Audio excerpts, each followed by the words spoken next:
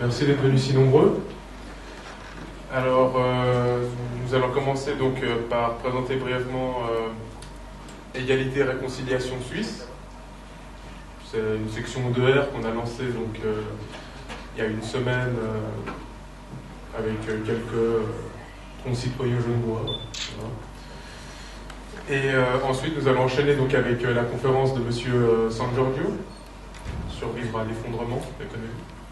Égalité et Réconciliation est une association politique qu'on peut qualifier de transcourante. Alors pourquoi de transcourante? Car tout d'abord, elle prône le nationalisme contre le mondialisme. L'objectif de ER est de rassembler les citoyens qui font de la nation le cadre déterminant de l'action politique et de la politique sociale un fondement de fraternité, qui est une composante, selon nous, essentielle de l'unité nationale. C'est donc en substance que le mouvement d'ER se réclame de la gauche du travail et de la droite des valeurs. Le mondialisme en Europe et un peu partout dans les pays du Nord est en train d'achever son travail sur ce qui reste des nations. Voilà. C'est donc contre ce système qui est appelé par les élites eux-mêmes, le nouvel ordre mondial, que s'est montée l'association Égalité et Réconciliation. Beaucoup de gens se sont posé la question de la pertinence d'un tel groupe en Suisse, surtout par rapport à la notion de réconciliation. Nous allons donc y répondre. Cette notion de réconciliation en Suisse a évidemment un autre sens qu'en France, de par l'histoire respective de ces deux pays. Donc la Suisse n'a pas eu de passé colonial, on a réussi à échapper à l'Union européenne, on a toujours un privilège de démocratie directe et participative, et nous possédons toujours une armée de milices. On peut dire qu'en gros la situation n'est pas aussi alarmante que la France ou les autres pays membres de l'Union européenne. Ce qui fait que notre association a une signification et une portée différente qu'en France. On se présente ici comme plutôt une association avant-gardiste. C'est relatif. C'est vrai que par rapport au travail qu'a à faire ER France, par rapport à ici, nous c'est plutôt avant-gardiste. Mais nous sommes persuadés que si on reste les bras croisés sur nos privilèges, car c'est important de rappeler que ce qu'on appelle droits sont en réalité des privilèges, c'est pas immuable. Si on ne fait rien, on risque de perdre. Ça avance petit à petit, on enlève un petit morceau, puis un petit morceau, puis un petit morceau. Finalement, on n'a plus rien. Et pour ça, on a des exemples. Bon, j'en ai deux, trois comme ça, bref. Mais par exemple, nous, citoyens suisses, on avait refusé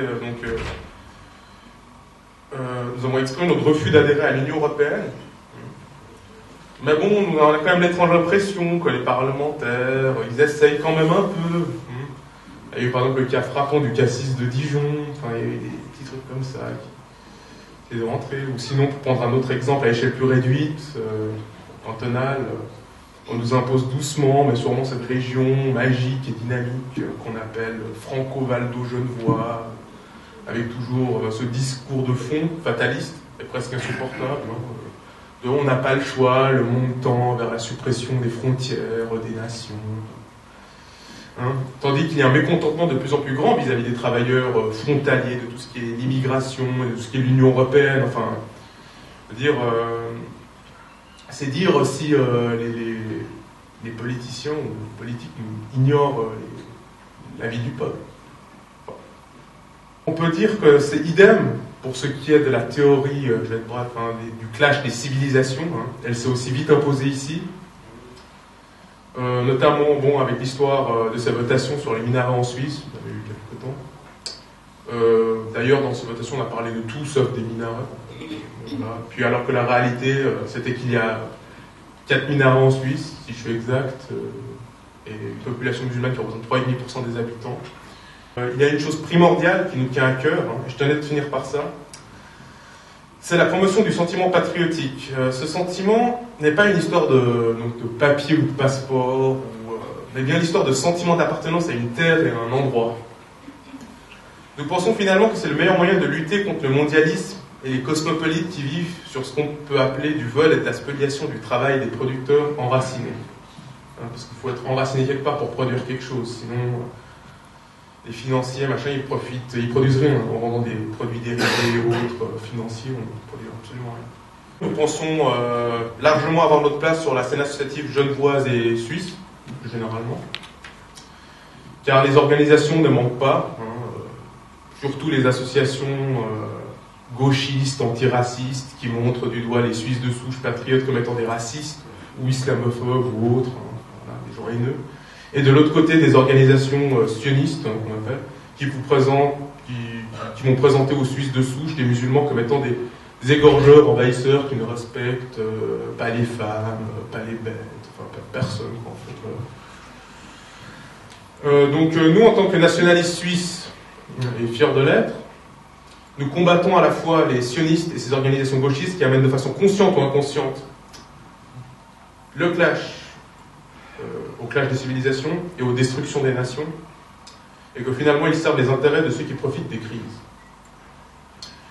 Pour nous, la réconciliation en Suisse, c'est aussi la réconciliation entre le Suisse patriote de souche avec les citoyens musulmans. Bon, je cite celui-là parce que c'est sur celui qu'on tape surtout, mais sinon avec tous les citoyens d'origine immigrée. Et de finalement aussi, et c'est un de nos objectifs, de réconcilier les citoyens avec leur patrie. Nous pensons que nous avons en effet bien plus en commun que ce qu'on aimerait nous faire croire, et qu'il s'agisse des traditions, de la famille, de l'amour de la patrie, du travail, etc., des valeurs communes ou pas. C'est dans ce sens-là que pour nous la notion de réconciliation est importante et prend tout son sens en Suisse. Donc je vous remercie. Et puis je vais passer la parole à M.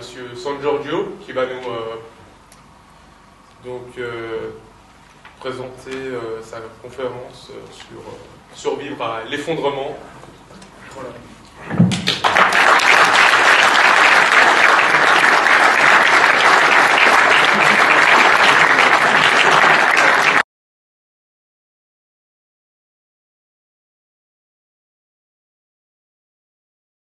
Alors tout d'abord, de quoi je ne vais pas vous parler aujourd'hui. Vous avez vu que dans la presse 2012, on a beaucoup parlé de fin du monde, de calendrier Maya, de fin de tout ce que l'on connaît. Ben, c'est pas de ça dont je vais vous parler. Ce n'est pas de ça dont je parle ni dans mon livre, ni dans ma petite tête. Je pense qu'au contraire, nous avons des données beaucoup plus solides et beaucoup plus intéressantes qui vont nous impacter, mais qui ne sont pas dans la mythologie, qui ne sont pas dans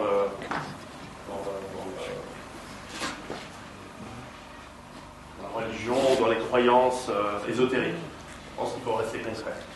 Ce que je vais essayer de faire aujourd'hui, c'est tout simplement essayer de vous donner des faits, et puis quelques interprétations des faits qui sont les miennes, et ce que j'essaye très modestement de vous apporter. Et je pense toujours que lorsqu'on essaye d'amener la réalité, en fait, nous sommes dans une vraie contestation de l'ordre, toujours. Donc, ça, c'est important à savoir. L'autre chose, c'est que plus on augmente notre niveau de conscience sur la réalité des choses, moins on se fait avoir, de manière concrète. Notre monde aujourd'hui n'est pas si différent au niveau de la structure humaine que dans le passé. Les personnes qui ont du pouvoir essaient toujours d'avoir celles qui n'en ont pas, et donc de renforcer leur propre pouvoir. C'est comme ça depuis la nuit des temps, ce sera comme ça jusqu'à la fin du monde, dans 5 milliards d'années. Les personnes qui ont le pouvoir essaient de le consolider, de le garder. Et donc c'est à eux autres, à nous, les citoyens, d'en prendre conscience. Et c'est en ça que je trouve très intéressant ce que fait d'ailleurs Égalité et Réconciliation. Alors en préambule, je voulais dire que ce que je vais vous expliquer aujourd'hui, ce n'est pas simplement sorti de ma petite tête, et je dois beaucoup à des gens qui ont fait le travail avant moi, tant en France, des penseurs, tant aux États-Unis, en Angleterre, etc. Beaucoup de gens ont beaucoup parlé de ça. Ce que j'essaye surtout d'avoir réussi à faire, d'une part, c'est d'être consolidé et synthétisé énormément de données qui vont de l'écologie à l'économie, à la finance, et de les avoir mis de manière, j'espère, facile à lire et compréhensible pour tout le monde, et surtout ensuite de donner des solutions à ce qui va nous arriver. Voilà. Alors, on va commencer par cette petite île. Alors, on ne voit pas du tout que c'est une île, ça pourrait être une tumeur, ou comme ça, jaune, ça fait très bizarre, ça me déstabilise, parce que moi j'ai l'image bien. Donc, bon, c'est comme ça. That's life. On s'adapte. Très bien. Alors, il y a une petite île dans le détroit de Bering, entre donc l'Alaska et l'Extrême-Orient russe. à l'île de Saint Matthews, qui pendant la guerre du Pacifique est évidemment exposé au combat entre l'Amérique, les États-Unis et le Japon. Et les gardes-côtes américaines ont pensé mettre sur cette petite île une population de rennes, donc pas la reine Elisabeth, des rennes d'animaux. Donc ils ont posé 29 rennes pour l'éventualité où un aviateur ou un marin se trouvait échoué sur cette île, qu'il puisse les tuer et donc manger de la viande et donc attendre les secours. Finalement, il n'y en a jamais eu besoin. Les Japonais se sont fait massacrer. Donc la population de rennes, avec des herbes et finalement aucun prédateur naturel, s'est développée. Là il y a une courbe normalement. Et elles ont été suivies par des gardes forestiers américains. Et la population de rennes a atteint, en fait, de 29 habitants en 1944, plus de 6000 en 1964. Donc 20 ans plus tard, la population de rennes s'est développée, se sont reproduits. Et ça, c'est très typique. Lorsque vous avez un environnement avec des ressources abondantes, une population a tendance à croître de manière exponentielle, et ça donne cette courbe, jusqu'à atteindre la limite de ses ressources.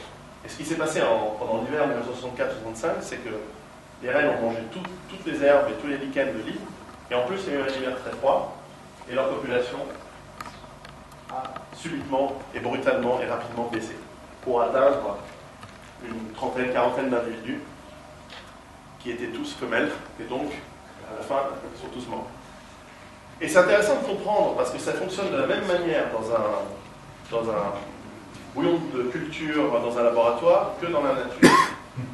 Et avec cette juste petite information anecdotique, ce qui est intéressant, c'est de voir le graphique suivant. Ceci est la progression de la population humaine dans l'histoire. Depuis 10 000 avant Jésus-Christ, nous avons progressé très lentement. Puis, soudain, 1 milliard en 1815, 1,5 milliard en 1900, 7 milliards aujourd'hui. Progression exponentielle classique, dans un environnement avec des ressources abondantes.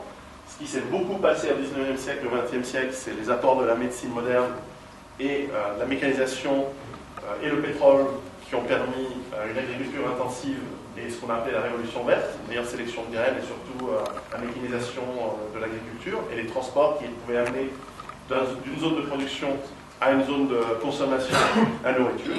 Eh bien, les gens ne mouraient plus. On est passé de 15% de femmes qui mouraient en couche à moins 1 pour 1000 aujourd'hui. Bref, les gens qui ne meurent pas grandissent, se reproduisent, et ainsi de suite.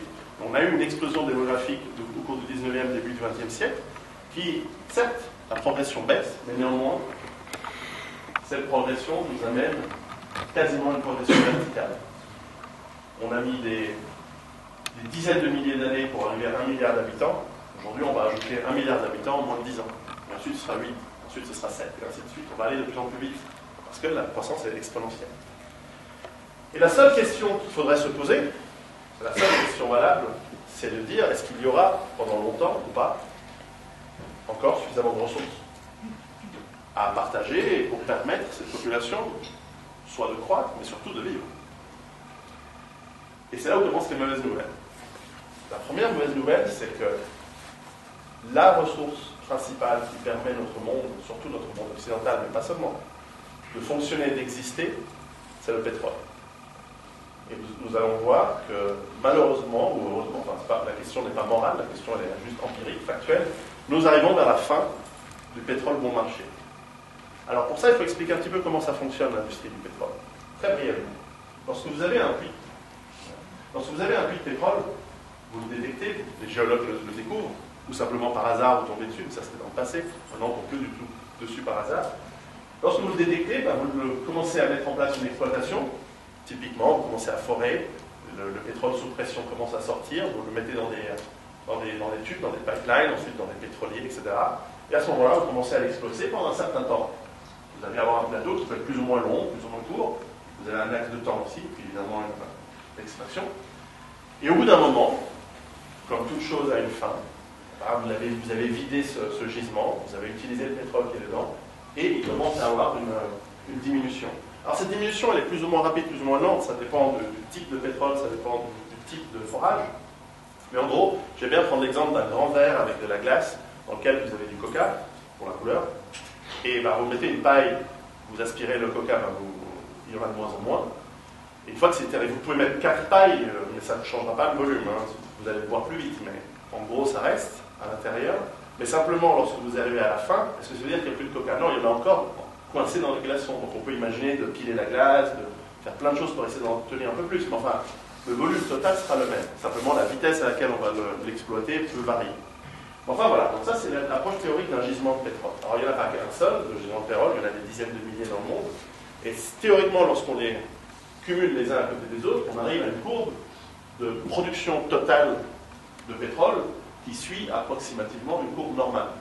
C'est-à-dire que si vous cumulez tous les gisements individuels, au bout d'un moment, forcément, vous arrivez à un moyen, à un moment, où vous allez arriver à la moitié de l'exploitation de tous les gisements qui existent. C'est théorique, mais c'est comme ça. Donc la grande question, c'est ici, le temps. Combien de temps est-ce que nous allons avoir jusqu'à ce qu'on ait atteint le pic et jusqu'à ce qu'il n'y en ait plus, ou de moins en moins facilement? Ça, c'est la question qu'il faut se poser par rapport au pétrole. Alors c'est simple, on va prendre les données de production de tous les pays, de toutes les exploitations, de tous les gisements du monde, et on arrive à une courbe qui ressemble à celle-ci. On cumule Amérique du Nord, Europe, pays émergents, Amérique latine, Afrique et Moyen-Orient, Moyen-Orient étant le plus grand producteur. Et on voit qu'à partir des années 40, et bien forcément, avec notre consommation, on est allé exploiter de plus en plus de pétrole. On a eu la crise, le premier choc pétrolier en 73, puis ensuite en 80, le deuxième. Et nous sommes arrivés, et lorsqu'on va voir dans le détail, nous sommes arrivés entre 2005 et 2008 à un moment où on sort de moins en moins. Et aujourd'hui, nous sommes à une décroissance de 6% par an du pétrole qui est exploité, qui est sorti des puits de pétrole. Donc on peut se dire, on a atteint ce pic. On a atteint ce pic il y a quelques années. Donc ça veut dire que nous avons consommé la moitié du pétrole existant. Donc comme ça fait à peu près une centaine d'années que nous consommons du pétrole, on peut se dire qu'il va rester encore une centaine d'années. Pas forcément. Vous allez voir pourquoi. Enfin bref, si on regarde le cumul de tous les pays qui produisent du pétrole, on se rend compte que certains ont atteint leur pic déjà il y a longtemps, et puis que voilà, on est en train d'arriver au pic, et ce pic a été à peu près atteint. Toujours difficile de savoir avec exactitude, parce qu'il y a aussi la demande économique qui influence. Enfin, il faut savoir que lorsqu'en 2008, la production industrielle mondiale a chuté de 28%, la demande de pétrole n'a baissé que de 2%. Donc il y a une inélasticité assez forte par rapport au pétrole. Et on voit en rouge, tous les pays qui sont en rouge sont des pays qui ont déjà passé leur pic pétrolier. Mais surtout, plus intéressant, c'est de se dire, mais est-ce qu'on va retrouver des nouveaux gisements? Parce qu'à la fin, c'est ça la question.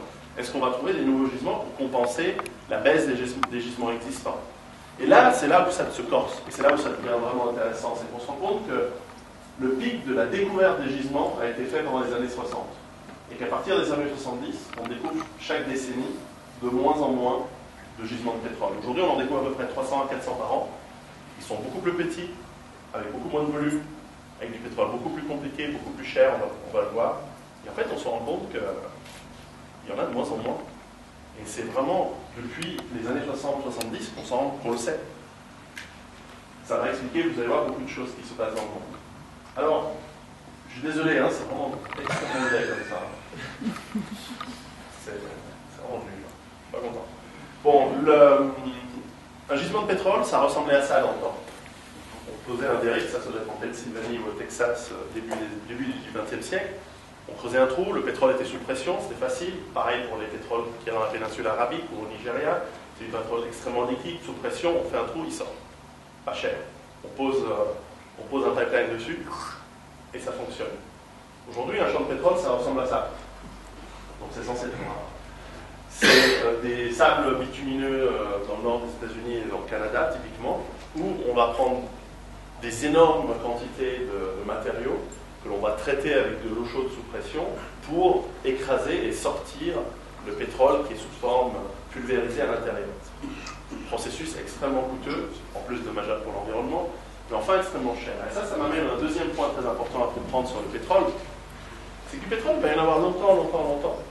La question, c'est à quel prix? Et en fait, on se rend compte que toute énergie, elle suit une courbe inversement proportionnelle, exponentielle, c'est-à-dire que lorsque vous démarrez l'exploitation d'une ressource, en l'occurrence le pétrole, vous allez d'abord attraper et exploiter le pétrole qui est facile, c'est-à-dire celui qui sort facilement, celui qui sort du sol, etc. Puis, plus tard, vous allez exploiter celui qui est plus cher, plus compliqué. C'est normal, de la même manière que dans un jardin, si on vous demande allez chercher des pommes pour faire une tarte aux pommes, vous allez vers l'arbre, vous n'allez pas prendre l'échelle, aller chercher la pomme qui est loin, loin, loin. Vous allez prendre celle que vous pouvez attraper directement, et si vraiment vous en avez besoin de plus, à ce moment-là, vous allez prendre l'échelle. Vous voyez? Parce qu'on cherche on va d'abord vers ce qui est facile, d'abord vers ce qui est simple, avant d'aller vers ce qui est compliqué et coûteux. Malheureusement, on voit que dans le pétrole conventionnel, c'est pareil pour le gaz, etc., on est passé, il y a un siècle, à un ratio, en fait, de coût énergétique de presque 1 à 100, aujourd'hui, à un coût de 1 à 3. C'est-à-dire qu'en 1900, lorsque vous alliez attraper le pétrole, en 1920, lorsqu'on découvre le pétrole dans la péninsule d'Arabie, Koweït, dans l'Arabie Saoudite, etc., eh bien, pour 1 litre de pétrole d'énergie que vous avez besoin d'utiliser pour faire rouler vos camions, planter vos pipelines, etc., vous pouviez en sortir pratiquement 100. Aujourd'hui, c'est 1 à 3, c'est-à-dire qu'il vous faut dépenser 1 baril de pétrole pour en sortir 3. Le jour où il vous faudra 1 baril de pétrole pour en sortir 1, quel que soit le prix de ce baril, ce ne sera plus rentable de le faire, quel qu'en soit le prix, quel qu'en soit parce que le coût énergétique, c'est ce qui est important. Ça, c'est ce que les économistes ou les gens qui disent « Oh, mais on aura encore du pétrole pendant longtemps » ne comprennent pas. Le coût énergétique est l'élément clé à comprendre dans l'exploitation du pétrole. Et c'est bien pour ça qu'on va chercher du pétrole dans des endroits de plus en plus compliqués, de plus en plus chers. Et les gens qui disent « Oui, mais c'est un complot pour garder... » Non, c'est trop compliqué, c'est trop cher ce qu'on est en train de faire. Les sociétés pétrolières vont, ici c'est le cas de Deepwater Horizon dans le golfe du Mexique, vont chercher du pétrole dans des endroits vraiment compliqués, très profonds. On est en train aujourd'hui d'explorer le pétrole dans les zones arctiques et antarctiques du monde. C'est extrêmement coûteux, c'est extrêmement difficile, mais on y va parce que c'est le seul endroit où on n'a encore pas tellement réussi à chercher, et puis voilà, on en a besoin. Et par exemple, je voyais le plus gros gisement découvert l'année dernière, c'est au large du Brésil. C'est un gisement qui correspond à peu près à 3 mois de la consommation humaine. Deepwater Horizon tentait d'exploiter un gisement qui allait correspondre à moins d'1 semaine de la consommation humaine. Tous ces efforts pour juste 1 semaine de pétrole. Si le pétrole était facile, on ne ferait pas tous ces efforts-là. S'il y en avait tellement, on ne ferait pas tous ces efforts. Et le problème, c'est que si on atteint le pic il y a quelques années, la question c'est est-ce qu'il nous reste encore la moitié, c'est-à-dire ça fait 1 siècle qu'on exploite le pétrole, est-ce qu'il nous reste encore 1 siècle? Le problème, c'est que notre consommation aujourd'hui, elle est bien plus grande que celle d'il y a 1 siècle, elle est bien plus grande que celle d'il y a 50 ans, elle est bien plus grande que celle d'il y a 10 ans. Aujourd'hui, le pétrole et la croissance de la consommation du pétrole, parce que notre économie en a besoin, eh bien, elle est simplement phénoménale. On voit que non seulement des pays qui consomment déjà beaucoup, comme l'Amérique du Nord, l'Europe, dans les 10 prochaines années vont continuer à croître de 25 ou 16%, mais les économies émergentes, plus 85 en Amérique latine, plus 60 en Afrique, plus 100% en Chine, etc., etc. La consommation de pétrole est en train d'augmenter constamment de manière gigantesque. Et on est en train d'arriver à un moment où la production va baisser, est en train de baisser, et la demande continue à croître. Et quand on a une demande qui croît très très fort, et une production qui commence à baisser, et des réserves qui s'amoindrissent, on arrive vers des effets, ça c'est un exemple qui est très, très pointu, mais c'est pas grave. En gros, on va avoir des effets d'augmentation des prix. Et comme par hasard, vous l'aurez remarqué sur les 30-40 dernières années, là où il y a des guerres dans le monde, c'est là où il y a du pétrole. C'est pas au Zimbabwe, c'est pas au Sri Lanka, où pourtant il y a des affreuses dictatures, où il y a des massacres de population autant qu'ailleurs, ou même plus qu'ailleurs. Non, c'est en Irak, c'est en Libye, c'est autour de l'Iran, c'est autour des zones où il y a du pétrole. Vous prenez la liste, vous vous amusez sur Internet pour voir la liste des bases militaires américaines, il y en a dans plus de 120 pays dans le monde. Vous allez voir les endroits où elles sont. Elles sont dans des endroits stratégiques, mais essentiellement là où il y a du pétrole. C'est clair. La puissance mondiale aujourd'hui, ça reste encore les États-Unis. En tout cas, militairement, c'est clair. Sans pétrole, toute leur économie ne fonctionne plus. La nôtre non plus. Hein. Mais clairement, ce n'est pas par hasard que les États-Unis sont présents dans ces zones-là. Revenons à notre population qui est de plus en plus nombreuse. Le problème, c'est que ce n'est pas qu'un problème de consommation de pétrole. Nous avons aussi le même phénomène sur toutes les matières premières. Ceci est une pépite de cuivre à peu près il y a un siècle et demi. Eh oui, parce que pareil que vos pommes, pareil que le pétrole, lorsque vous avez besoin de ressources, vous allez les chercher là où elles sont, et quand il y en a beaucoup, vous allez là, elles sont pas chères. La pépite de cuivre, qui pèse, je pense, 2 tonnes, vous arrivez avec un petit marteau-piqueur, vous la cassez, et puis vous le faites fondre, et vous avez du cuivre. Aujourd'hui, une mine de cuivre, c'est des montagnes qu'on a excavées sur des kilomètres de profondeur, et le ratio d'exploitation aujourd'hui dans les mines que j'ai pu visiter, par exemple en Afrique, c'est que pour 1 tonne de terre riche en cuivre, vous en sortez 3 kilos. Et c'est en train de baisser de plus en plus, de plus en plus. C'est comme ça.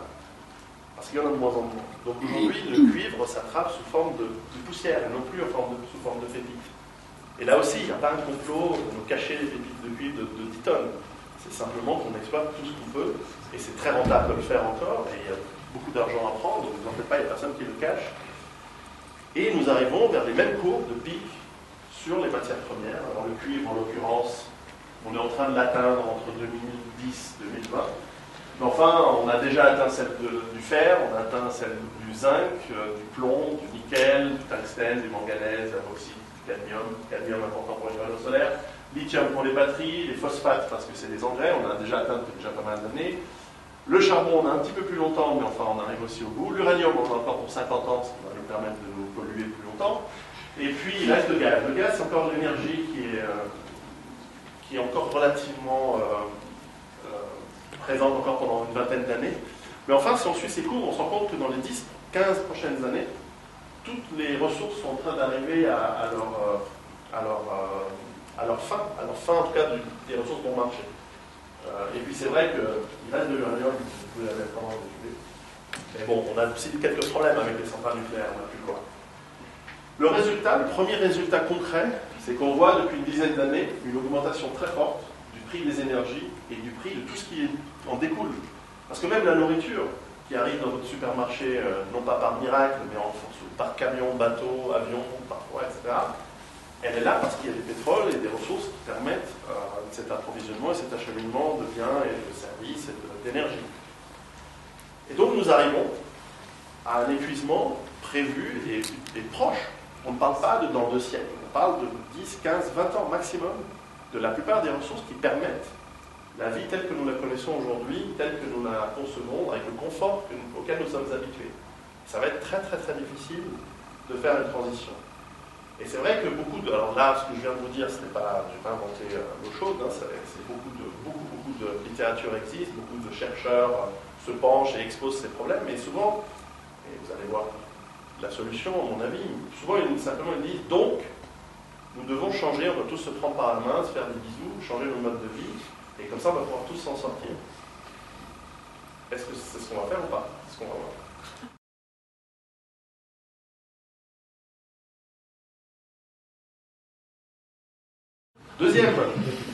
Deuxième point important à prendre en compte, c'est que cette immense population croissante a aussi des modes de consommation croissants. Le paysan du Mali, il va essayer de vivre de plus en plus comme l'Indien, qui lui-même peut vivre de plus en plus comme le Chinois, qui lui-même peut de plus en plus vivre comme l'Américain. Et donc, nos modes de vie sont extrêmement générateurs de déchets. Le produit de notre consommation, à la fin, c'est du déchet. Déchets sous forme d'ordures, dont nous voyons dans certaines villes comme Naples n'ont plus de service d'évacuation de ces ordures, à quel point et quelle rapidité elles sont totalement enfouies et submergées par celles-ci.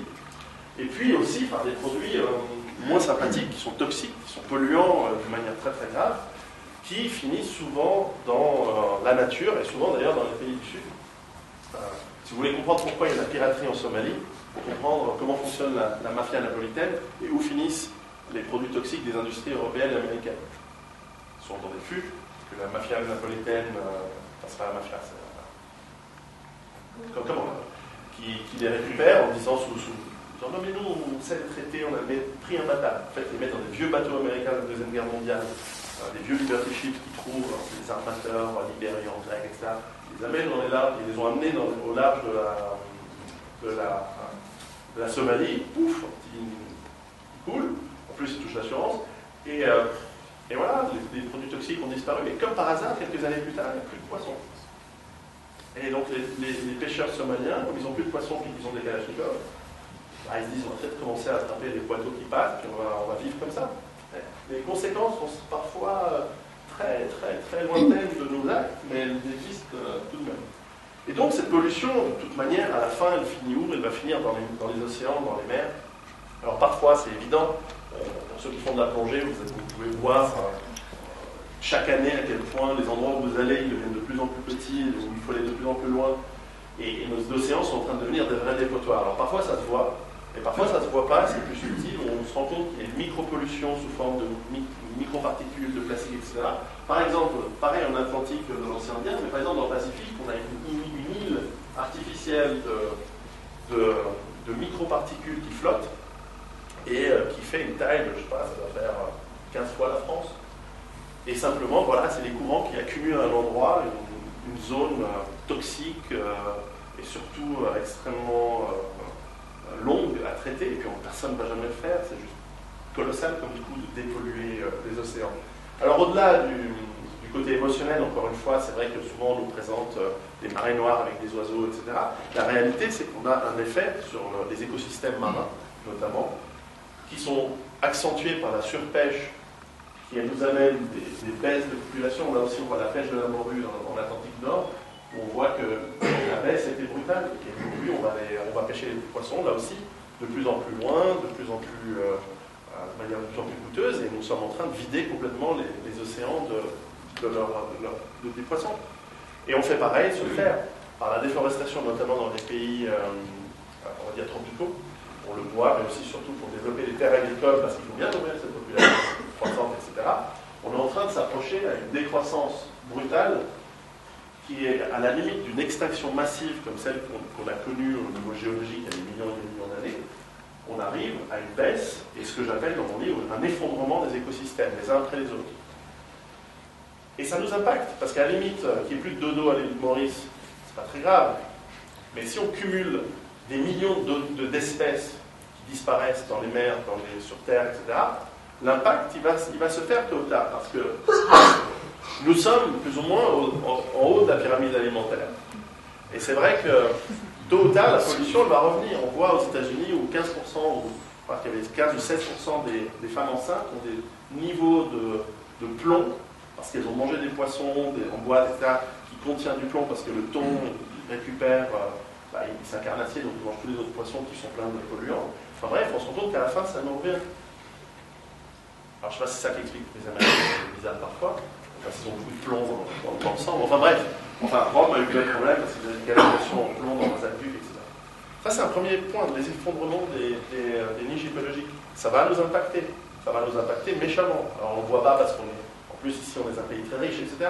Puis on est un peu en haut dans les montagnes, on n'est pas en bas. Donc ce qu'on met dans les rivières, par ailleurs.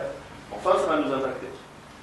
L'autre élément, c'est qu'on produit énormément de gaz à effet de serre. Alors moi, je suis plutôt sceptique sur le réchauffement climatique causé à l'homme.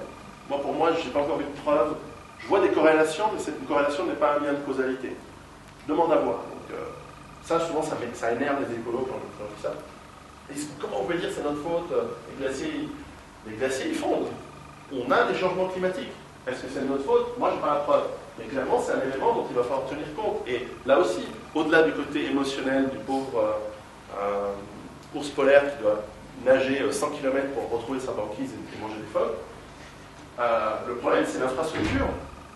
Ce qu'on ne se rend pas compte, c'est un port. Je sais pas, Rotterdam, par exemple.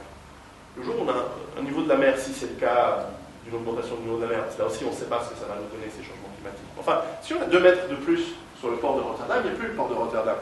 Il ne fonctionne plus. Donc il faut le bouger, il faut le faire plus loin. Mais c'est des centaines de milliards. Et à travers le monde, c'est simplement une somme colossale. Or, les ports sont liés à ce système d'approvisionnement en flux tendu, etc., qui nous nourrit, dont on va parler.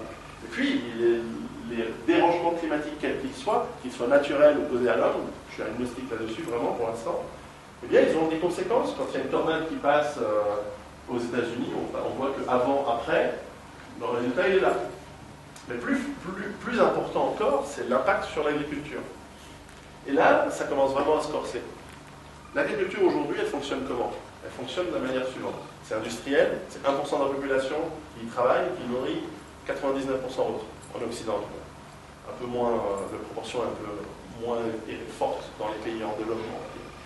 Mais essentiellement, ça c'est possible parce qu'on a mécanisé de manière massive, on a des armées, des batteries de moissonneuses-batteuses gérées par satellite. L'agriculteur aujourd'hui, c'est un gestionnaire, c'est un trader, c'est pas un type qui connaît les plantes, enfin, il s'en fout de ça. Lui, il veut savoir combien de millions de tonnes il va produire sur ces milliers d'hectares, à quel prix il va pouvoir les vendre. Il passe plus de temps sur l'ordinateur à faire du trading direct avec les fines à grains et d'autres, etc. Pour vendre son stock, qui n'est plus là, c'est pas l'agriculture bio, l'agriculture aujourd'hui. La réalité, c'est qu'on a des immenses infrastructures industrielles qui sont aussi dans la culture intensive, qui sont dans la monoculture. On va faire du blé, du maïs, avec des engrais pour compenser l'appauvrissement des sols. Et tout ça, c'est du pétrole. Les engrais doivent être transportés, il faut les produire, il faut de l'énergie pour transformer l'azote, pour mettre l'azote dans les engrais, pour transformer les phosphates en engrais, il faut de l'énergie, du diesel pour faire fonctionner des moissonneuses-batteuses, etc. Si vous pensez qu'en 2 jours, on va réussir à changer cette industrie pour la transformer en industrie bio, ce ne sera pas possible, il faudra des siècles. Parce que les sols sont devenus pauvres. Là-dessus, on rajoute également des pesticides qui sont également issus de l'industrie chimique, pesticides qui tuent aussi ce qui rend fertile les sols, parce que non seulement ils tuent les mauvaises herbes, mais en plus ils tuent tous les lombriques, les petites bêtes, les nématodes, les petites bestioles qui permettent de rendre le sol fertile. Alors là aussi, on rajoute de l'engrais pour que ça fonctionne, mais le sol en réalité devient de plus en plus mauvais. Et si en plus on voit comment fonctionne typiquement... alors là, j'ai du cochon qui est né au Canada, qui a été élevé en Italie, abattu en Belgique, le truc en Belgique, je ne sais plus où on l'a acheté. Enfin bref, on voit que la production, parce qu'on réfléchit avec une logique de profit et on n'en prend pas compte des coûts énergétiques réels ou des coûts énergétiques futurs, et puis bien sûr de la pollution, et bien nous permettent d'avoir finalement un système absurde dans la production agricole. Le résultat, il se fait voir. Il commence à se faire voir. Le résultat, c'est qu'on a de plus en plus de régions du monde où il manque de l'eau de manière chronique, de l'eau potable, de l'eau douce, pour pouvoir permettre la production de toute cette agriculture industrielle. Et oui, parce que si on veut produire 15 fois plus, il va falloir plus d'eau. Alors certes, il y a des graines et des semences un peu mieux adaptées à des besoins de moins d'eau, mais la réalité, c'est qu'on voit que les États-Unis, le sud de l'Europe, et toutes ces régions ici, où il y a quand même pas mal de monde qui habite, sont chroniquement en train d'assécher leur nappe phréatique, où il faudra des siècles et des siècles pour les remplir, et bientôt non plus d'eau. Et les pompes, qui doivent aller de plus en plus profondes, fonctionnent comment? Elles fonctionnent souvent avec du diesel. Le truc du panneau solaire et tout, c'est bien. La plupart des agriculteurs du monde, ils fonctionnent avec un générateur, avec une pompe qui tourne au diesel. Et ça va avoir un impact. Ça va avoir un impact. Je prends par exemple l'Égypte. Je parle souvent d'Égypte et du Pakistan, pas parce que je les aime mieux ou moins bien que les autres, je m'en fiche. Mais on a par exemple en Égypte 90 millions d'habitants qui habitent sur un bout de terre grand comme un truc de string là, et ils importent quasiment toute leur nourriture. Parce que le peu d'endroits disponibles et urbanisés, Alexandrie, le Caire, alors ils produisent un peu, mais essentiellement le houmous des falafels et l'agneau, il vient de Nouvelle-Zélande, d'autres endroits. Le jour où ça devient cher, c'est pas par hasard qu'il y a eu des révolutions, le jour où les transports s'en renchérissent, etc., ils font quoi? Ça va amener des gros problèmes. Là-dessus, on a des terres au vent rouge où il y a une dégradation des sols à cause de l'agriculture intensive.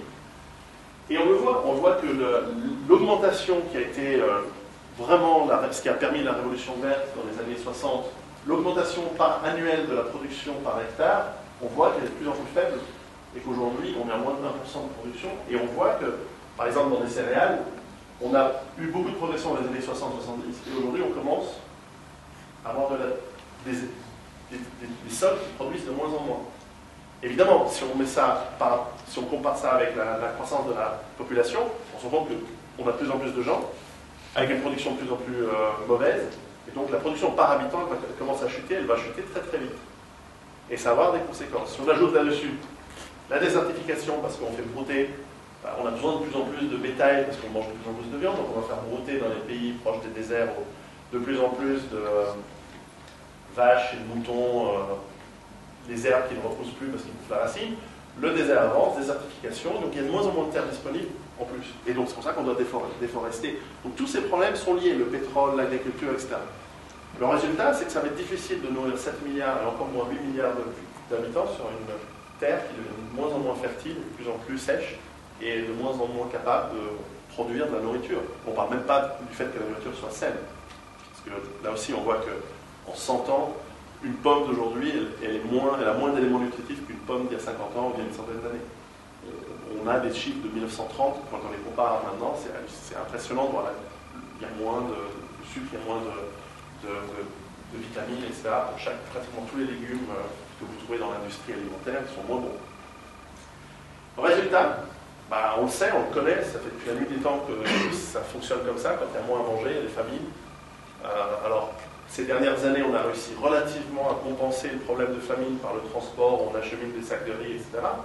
Mais le jour où c'est fini, le jour où chaque pays doit garder sa nourriture, parce que même nous en Suisse, on produit à peine 60% de notre besoin alimentaire. Bon, on est tous un peu, surtout moi, à quelques kilos en plus, mais bref, le jour où plus personne ne veut exporter parce qu'on doit garder la nourriture, et ce sera pareil pour le pétrole, le jour où un pays producteur il doit absolument garder son pétrole pour sa population, il n'exporte plus. Donc avant même qu'il y ait des pénuries globales, il va y avoir des pénuries régionales. La plupart des guerres qu'on voit, l'eau du Pakistan, elle est au Cachemire, comme par hasard. C'est là où il y a des sujets de tension. Nous, en Suisse, on est le château d'eau d'Europe. Il va falloir se méfier. Parce qu'à la limite, nos banques, on s'en fout, mais notre eau, elle va être importante pour les autres. Alors ça va, les autres pays à côté, ils en ont de l'eau, mais surtout au nord, mais bon, quand même. Famine. Famine amène toujours des guerres. Toujours. Quand il y a moins de ressources, on se bat pour les ressources rares.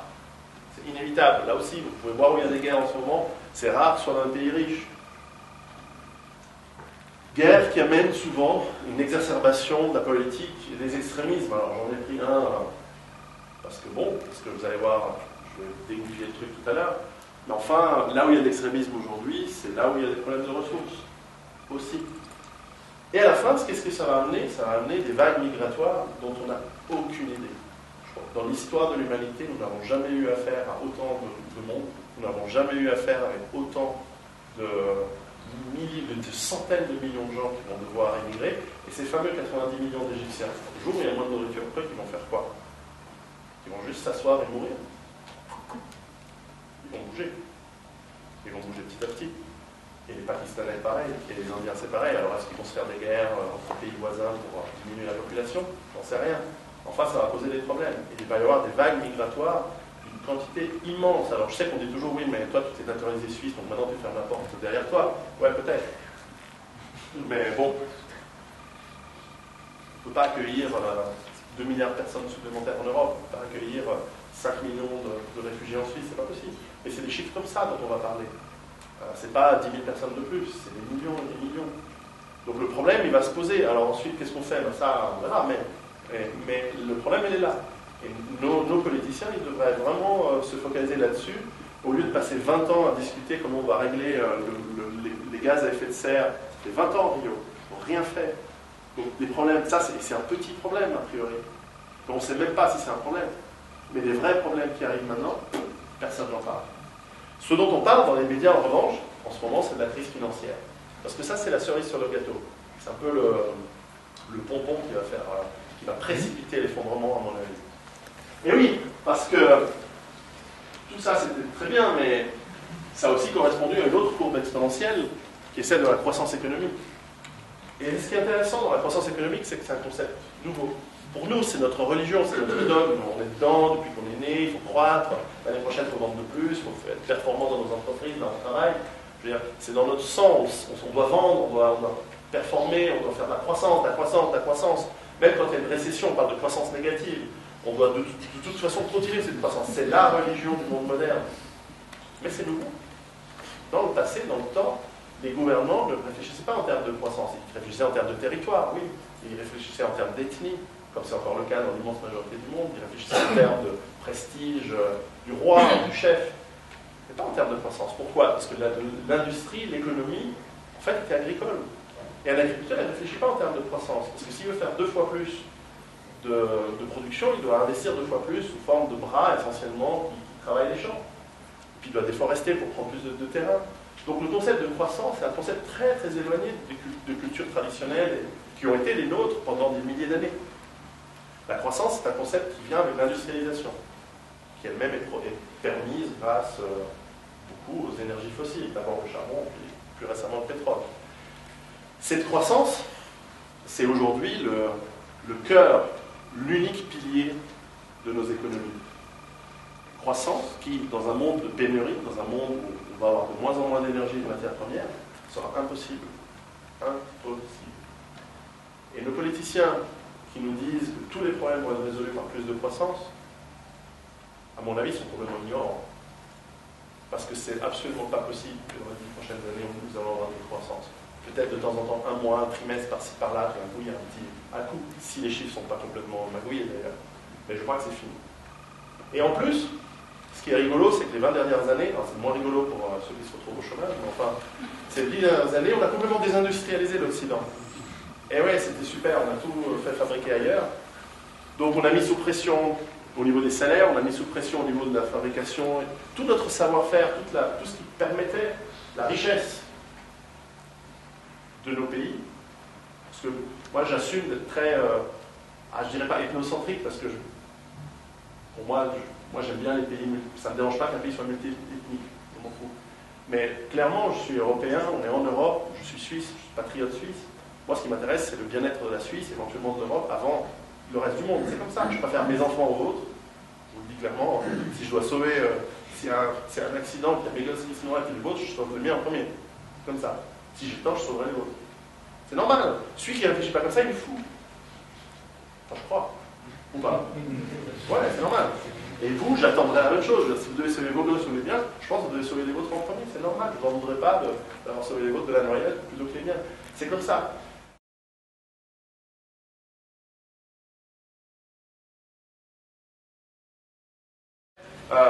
La désindustrialisation nous a amené, on est en train de revivre ce qui s'est déjà passé dans les années 20, dans les années 30, c'était une grande crise économique avec beaucoup de chômage, donc ça c'est des lignes de chômeurs aux États-Unis, qui se retrouvent aujourd'hui, donc ça c'est aux États-Unis il y a un an, ça c'était l'année dernière, donc maintenant c'est encore pire, où en fait on se rend compte que ce problème de désindustrialisation, nous ne l'avons pas ressenti dans notre portefeuille très fort. Pourquoi ? Parce qu'on nous a gardé un pouvoir d'achat et un niveau de vie assez haut dans les 20 dernières années où on a désindustrialisé. Et comment est-ce qu'on a fait? Par la dette. On s'est endetté, on nous a refilé une partie de ce fric sous forme de subventions, d'allocations, etc., pour que notre vie ne change pas grand-chose, pas beaucoup. Et maintenant, on arrive à la fin des haricots, la croissance économique ne permettra plus de continuer, et on se retrouve avec une immense dette. La dette, aujourd'hui, prenons un exemple, celui des États-Unis, on se rend compte que la dette a commencé à augmenter à partir des années 70, comme par hasard, quand on se rend compte qu'il n'y a plus de pétrole, qui grandit, et aujourd'hui, elle a 17 trilliards de dollars. C'est une dette colossale pour l'économie des États-Unis. Il faut lire le livre de Mireille Zaki sur la fin du dollar. C'est un livre capital. Bien, des trilliards de dollars. Mais qu'est-ce que c'est un trilliard de dollars? Il faut qu'on comprenne ça. Si on fait une pile de dollars, ou d'euros, ou de francs suisses, non, il n'y a plus que des francs en Suisse et en Afrique. Moi, j'aime bien ça. Si on prend des billets qu'on les serre bien, pour faire 1 trilliard de dollars, des billets de 100 dollars, en les empilant, c'est 100 km. Je sais pas, c'est Genève-Vevey, en longeant la route, la liasse des billets. C'est juste une somme inimaginable pour l'être humain. C'est des chiffres trop grands. Et c'est pour ça qu'on accepte volontiers que tous les jours on nous dit voilà, on a rajouté 40 milliards par-ci, parce que on parle de trilliards maintenant de toute façon. Mais lorsqu'on regarde la vraie dette des États-Unis, si on prend la dette publique, la dette des entreprises, la dette de la finance, la dette des ménages, qu'on les cumule, en réalité on arrive à plus de 50 trilliards de dollars, 3 fois le PIB du pays. Mais si on ajoute là-dessus la sécurité sociale, qui est une dette, vous cotisez, mais l'argent il faut vous le rendre au bout d'un moment. Toutes les assurances, type assurance vie, etc. Et si on ajoute tout ce qui est hors bilan, donc des dettes hors bilan dans les banques nous arrivons à plus de 250 trilliards de dollars. Plus de 10 fois le PIB américain. C'est impossible à rembourser. En plus, il y a le processus des baby-boomers qui passent à la retraite et qui chaque année doivent sortir d'argent du système financier pour financer leur niveau de vie. Nous sommes à la veille, et là c'est vraiment imminent, ça peut être demain matin, ça peut être un effondrement du système boursier, du système financier américain, et par impact du monde entier. D'ailleurs, on voit la dette qui augmente, on voit que la dette, il y a 3 manières de s'en séparer. Soit vous décidez que vous ne la remboursez pas, comme ont fait les Islandais, comme ont fait les Argentins. Soit vous faites de l'austérité, de la croissance économique, à ce moment-là, vous gagnez un peu plus d'argent, vous dépensez moins, vous la remboursez. Mais visiblement, ce n'est pas du tout, en tout cas la croissance économique, ça va être difficile. Mais la martingale qui est toujours utilisée systématiquement dans tous les effondrements économiques, c'est la décision qui a été prise, c'est dans l'histoire de faire tourner la planche à billets. De rembourser la dette, les intérêts de la dette et les principales, en imprimant. Alors aujourd'hui, on n'imprime plus avec une imprimerie, on appuie sur un bouton. Je pense qu'il y a un type à Bruxelles et dans les réserves fédérales qui appuie sur un bouton qui imprime des milliards tous les jours. Enfin bref, on en rajoute des zéros et c'est imprimé. Et l'argent, il est prêté en existence. Vous avez des très bons didacticiels sur Internet. Mais en gros, une banque crée de l'argent en prêtant de l'argent à une entité. Donc l'idée, c'est que les banques centrales, qui parfois sont ni des banques ni du pays en question, prêtent de l'argent aux États, prêtent de l'argent au système bancaire. Et c'est comme ça qu'on crée de la masse monétaire. Et on voit que les États-Unis ont créé entre 2008 et maintenant 2012 une masse monétaire de 2 ou 3 fois supérieure à toute la masse monétaire qui a jamais été imprimée aux États-Unis. Or, il n'y a aucune contrepartie réelle économique derrière. Il n'y a pas les autoroutes, les réseaux de chemins de fer, d'aéroports, de réelle économie derrière. Donc le résultat, c'est que cet argent, il vaut moins. On a des effets d'inflation induits inévitables. Alors, à relativement maîtriser en ce moment, parce que l'argent il est surtout prêté à des banques qui le reprêtent à l'État, donc il y a une sorte de cycle continu en ce moment, mais tôt ou tard, cet argent va partir dans l'économie, et là, ça va faire mal. Et c'est l'histoire qui est comme ça. Et on voit que le dollar perd de plus en plus de valeur. Et c'est un cycle long, et on voit que l'inflation induite, elle est là, clairement. On voit que dans l'histoire des États-Unis, où il y avait une maîtrise des finances, à part pendant les guerres, où il y avait un petit peu d'inflation, on voit les guerres d'indépendance, 1812, la guerre de sécession, la première et la deuxième guerre mondiale, on voit que depuis aussi les années 70, c'est parti complètement hors de contrôle, et qu'il y a de l'inflation aux États-Unis, mais elle est très très forte. On ne dit pas, on la cache un petit peu, mais elle est très très forte. Et donc on s'approche vers un effondrement, à mon avis, du dollar, un vrai problème, mais qui n'est pas seulement le problème des États-Unis, puisque d'autres pays sont aussi monstrueusement endettés, et tous les pays en rouge foncé. On voit que l'immense majorité des pays occidentaux, ils ont gardé leur niveau de vie grâce à la dette, et se retrouvent complètement endettés. Alors la Grèce, 2% de l'économie européenne, fait les premières pages, et c'est un gros problème, etc. Ben oui, parce qu'on ne veut absolument pas qu'elle s'effondre. Enfin, c'est les gouvernements de l'Union européenne. Mais la réalité, c'est que c'est rikiki, la Grèce. C'est 2% de l'économie européenne. Le gros problème, c'est l'Angleterre. Le gros problème, déjà, avant, c'est l'Espagne, mais le gros problème, c'est l'Angleterre en Europe. Le gros problème, c'est les États-Unis, extrêmement endettés. Alors, on peut discuter longtemps là-dessus, sur comment ça se fait qu'ils tiennent si longtemps, mais l'effet de la monétaire, c'est là. Et en Europe aussi, on voit que la masse monétaire, elle continue d'augmenter entre 2002 et 2010. On continue à augmenter et à imprimer les euros. Donc les euros aussi vont rentrer dans une spirale infernale. Et on le voit que la Grèce commence, l'Espagne, ça commence à aller de plus en plus mal. Allez, je préfère voir celui-là. Ça, il y a vraiment... c'est clair, on les retrouve tous cette année, même l'Allemagne. Pas croire qu'eux, ils sont... C'est clair, ils ont l'industrie, donc ils tomberont mieux sur leur pattes, mais ça va aller mal. Les effets de l'inflation, de l'hyperinflation, on ne s'en souvient pas, mais nos grands-parents, eux, oui, surtout s'ils habitaient les parents suisses. Mais en gros, par exemple, en Allemagne, entre 1919, grosse crise d'après-guerre 1923, une once d'or, parce que l'or, c'est un étalon assez standard pour mesurer la valeur des choses, on voit qu'elle est passée de 170 marques à 87 trilliards. En 4 ans. Et c'est très rapide. Parce que quand vous rentrez dans un processus d'hyperinflation, plus personne ne fait confiance dans la monnaie, donc vous voulez vous en débarrasser le plus vite possible pour acheter des choses tangibles comme de la valeur, la nourriture, des outils. Donc la monnaie part. Et il faut en faire une nouvelle. Donc ça a été le cas de la République de Weimar. Il y en a des centaines d'exemples l'hyperinflation dans l'histoire humaine. Il y en a vraiment beaucoup, c'est un truc assez classique. Et on va y avoir droit, hein, c'est sûr. Et nous, accrochés à l'euro, on va plonger avec, c'est marrant. Les dinars yougoslaves, le Zimbabwe, j'y ai vécu, j'ai pu voir ce que ça fait. Donc on va avoir une hyperinflation aux États-Unis, on va avoir des billets d'1 million de dollars qui vont arriver. Et c'est toujours curieux de dire, mais au fond, à qui la faute? Alors, en ce moment, c'est très à la mode de donner la faute à la banque, à Wall Street. Ou alors de donner la faute, faut que je change, de donner la faute, non, on l'a déjà oublié. Ou alors est-ce qu'on donne la faute à nos politiciens qui sont de toute façon complètement à masse, l'immense majorité, ils sont incompétents, ignorants. Leur boulot, c'est de se faire réélire, c'est pas de réfléchir à tout ce que je viens de dire, ils ont des rapports, mais ils ne lisent pas. Un des résultats possibles, c'est que les gens vont s'énerver. On voit déjà aujourd'hui un certain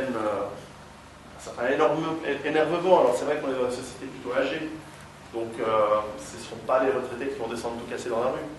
Mais on voit qu'il y a un énervement. En tout cas, on voit qu'une grande partie de la population a identifié structurellement le problème comme venant d'une certaine classe sociale. Les banques, les banquiers, les riches. Ça ne veut pas dire que c'est juste comme analyse, ça ne veut pas dire que c'est précis. Mais enfin, on sent qu'il y a un énervement qui est focalisé. Enfin, on ne va pas dire ouais, les gens qui bossent dans les bureaux de poste, c'est leur faute. Non, non. On commence à se focaliser. D'ailleurs, ce n'est pas par hasard qu'on essaie de nous mettre du conflit de civilisation. Et ouais. Parce que si on fait dire aux gens l'arabe, le noir, le juif, etc., on oublie de dire c'est pas innocent comme processus. Et donc la question c'est est-ce qu'on va avoir des révolutions?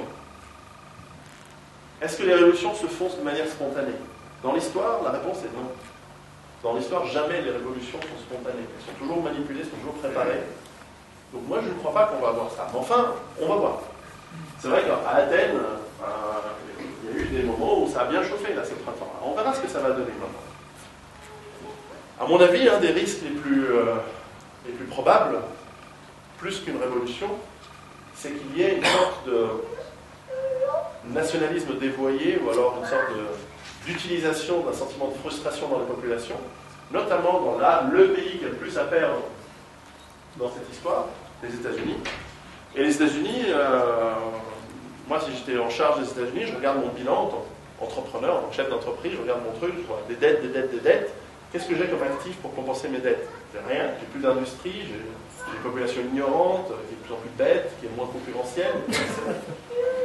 Et à la fin, il reste quoi? Il reste la puissance militaire, actif numéro 1. Ben, on va l'utiliser. Et donc, ça reste aujourd'hui la première puissance militaire mondiale, de très très loin. Et parfois, je vois sur Internet des gens qui se la jouent en disant « Ouais, mais les Russes, les Chinois, ça n'a rien à voir. » La puissance américaine est quand même encore aujourd'hui, bien qu'elle est peu capable de gagner des terres sur Terre, elle reste quand même une puissance assez formidable. Et c'est vrai qu'en face, l'ennemi possible, je veux dire, les États-Unis ne vont pas changer leur économie en envahissant le Yémen. Leurs seuls ennemis possibles, où c'est crédible de faire des grosses guerres, ça reste aujourd'hui la Russie, la Chine, qui se réarme. Et ça peut partir en vrille très très vite, et on peut retrouver les cauchemars qui faisaient ceux de quand j'étais gamin ou de nos parents des années 50, 60, 70. Je l'espère pas, mais c'est pas un scénario à écarter, qui se rajoute à tout le reste, qui rend tout cela, à mon avis, inévitable. Et c'est là où on doit se poser une vraie question. La vraie question, c'est comment est-ce qu'on va réagir à tout ça? À ces pénuries, à ces problèmes économiques, qui convergent dans les prochaines années. Si on réagit bien, comme les Japonais savent réagir lorsqu'ils ont des catastrophes naturelles, nucléaires, etc. En gros, ils se font irradier, leur ville est à moitié détruite, ils sont disciplinés, ils se remettent au travail, alors bon, ils sont un peu de cancer, mais c'est impressionnant les Japonais. Est-ce que nous, on va réagir de manière organisée? Est-ce qu'on va réagir de manière cohérente, etc. Alors, analysons un petit peu notre société aujourd'hui. Ce qu'on voit, c'est que nous sommes de plus en plus des consommateurs, de moins en moins des citoyens, et le consommateur, il est esclave de sa consommation. Le consommateur, il travaille pour pouvoir s'offrir ses pulsions. Un jour, c'est un achat, un jour, c'est un comportement, un jour, c'est une mode. C'est comme ça qu'on fonctionne tous. Et même ceux qui pensent ne pas l'être, ils sont dans une mode, ils sont dans une consommation, et on sait très bien quoi vous vendre, croyez-moi. Ça fait 20 ans que je suis dans le marketing international, je vous en ai vendu des trucs. Et c'est la réalité. Même ce qu'on fait là aujourd'hui, quelque part, vous allez voir, il y a même de l'achat à faire. Enfin, c'est assez étonnant que c'est un système extrêmement résilient. Le problème, c'est que nous avons vidé de toute substance intéressante le travail aujourd'hui, parce que nous sommes devenus des consommateurs. La plupart des métiers sont devenus de plus en plus aliénants, notamment parce qu'il n'y a plus de production industrielle, donc on ne voit plus la production, on ne peut plus toucher ce qu'on a fabriqué. C'est des travaux de service, dans des bureaux, etc. C'est extrêmement démotivant, extrêmement déprimant. Qu'est-ce que tu as fait dans ta vie? J'étais assis sur un bureau devant un ordinateur. Avant, on pouvait dire, ce bateau, je l'ai construit. Ce bâtiment, je le construis. Il y avait une certaine... L'être humain a besoin de concret. C'est comme ça. C'est en train de disparaître. Et puis, le mode de vie est de plus en plus aliénant. On passe notre vie à faire des choses chiantes, on passe notre vie à la gagner, on perd notre vie à la gagner. Et tout ça, encore une fois, en dette, parce qu'on veut se comparer à notre voisin, on veut avoir des meilleures godasses que la machine, etc. Donc on est dans un processus excessivement aliénant. Et on mange de la merde de plus en plus.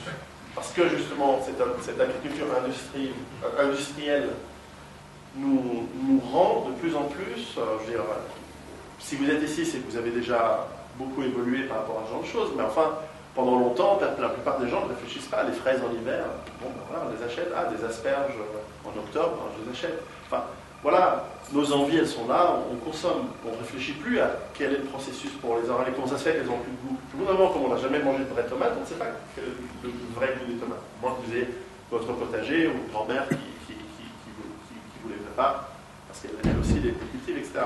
Non, on est arrivé dans un problème où même, par exemple, la viande, moi qui aime bien la viande, ça quand on a un bon moyen pour arrêter de manger de la viande pendant une semaine ou 2 jours, c'est d'aller visiter une usine à viande. C'est juste abominable. Enfin bref, le résultat, c'est que nous sommes des sociétés structurellement, massivement en dépression nerveuse. D'ailleurs, l'industrie pharmaceutique est super contente de ça. Ça marche bien. On nous vend énormément d'antidépresseurs. Vous allez dans des pays du tiers-monde en développement, ces maladies n'existent pas. C'est marrant. Ils ne connaissent pas la dépression nerveuse. Pourtant, c'est dur, mais ils ne connaissent pas la dépression nerveuse. C'est un mal occidental, c'est un mal du monde moderne. C'est ça l'autre occidental, c'est pas vrai. C'est le monde moderne qui nous amène ça. Et on l'accepte. On l'accepte parce qu'on est lobotomisé, on est programmé tous les jours par les médias de masse à croire dans une certaine chose. Moi, je pense qu'on est dans un monde hautement religieux en réalité. On a une religion de la croissance. On a des comportements, on a des manières, on dirait un rituel quotidien, je dois aller travailler, puis voilà, il y a quelques gens qui arrivent à se sortir, qui se mettent à la marge, etc. Mais l'immense majorité de la population, nous sommes programmés dans cette approche-là. Et c'est pas par hasard ensuite qu'on arrive à nous faire vendre n'importe quoi. Les fraises en hiver, c'est une chose, mais ensuite bombarder les gens, les tuer pour les libérer, ça c'est encore autre chose. Et on l'accepte. On l'accepte, en ce moment ça se fait en Syrie. Vous croyez ce qu'on vous dit à la télévision? Le méchant dictateur syrien qui massacre sa population. Et on y a cru l'année dernière avec Kadhafi. Sanguinaire, tyran, qui a mis 40 ans pour se préparer pour vouloir massacrer sa population, et puis le jour avant qu'il allait le faire, on a réussi à intervenir.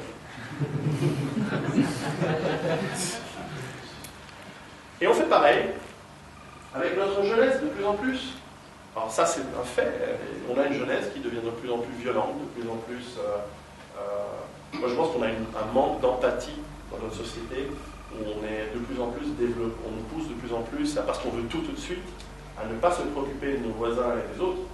Et donc, on est prêt à voler, on est prêt à utiliser de la violence. Et quand vous n'avez pas d'empathie, en termes psychiatriques, ça s'appelle la psychopathie. Et nous sommes des sociétés en train de devenir des sociétés psychopathes. Ça, c'est maintenant, quand tout va bien.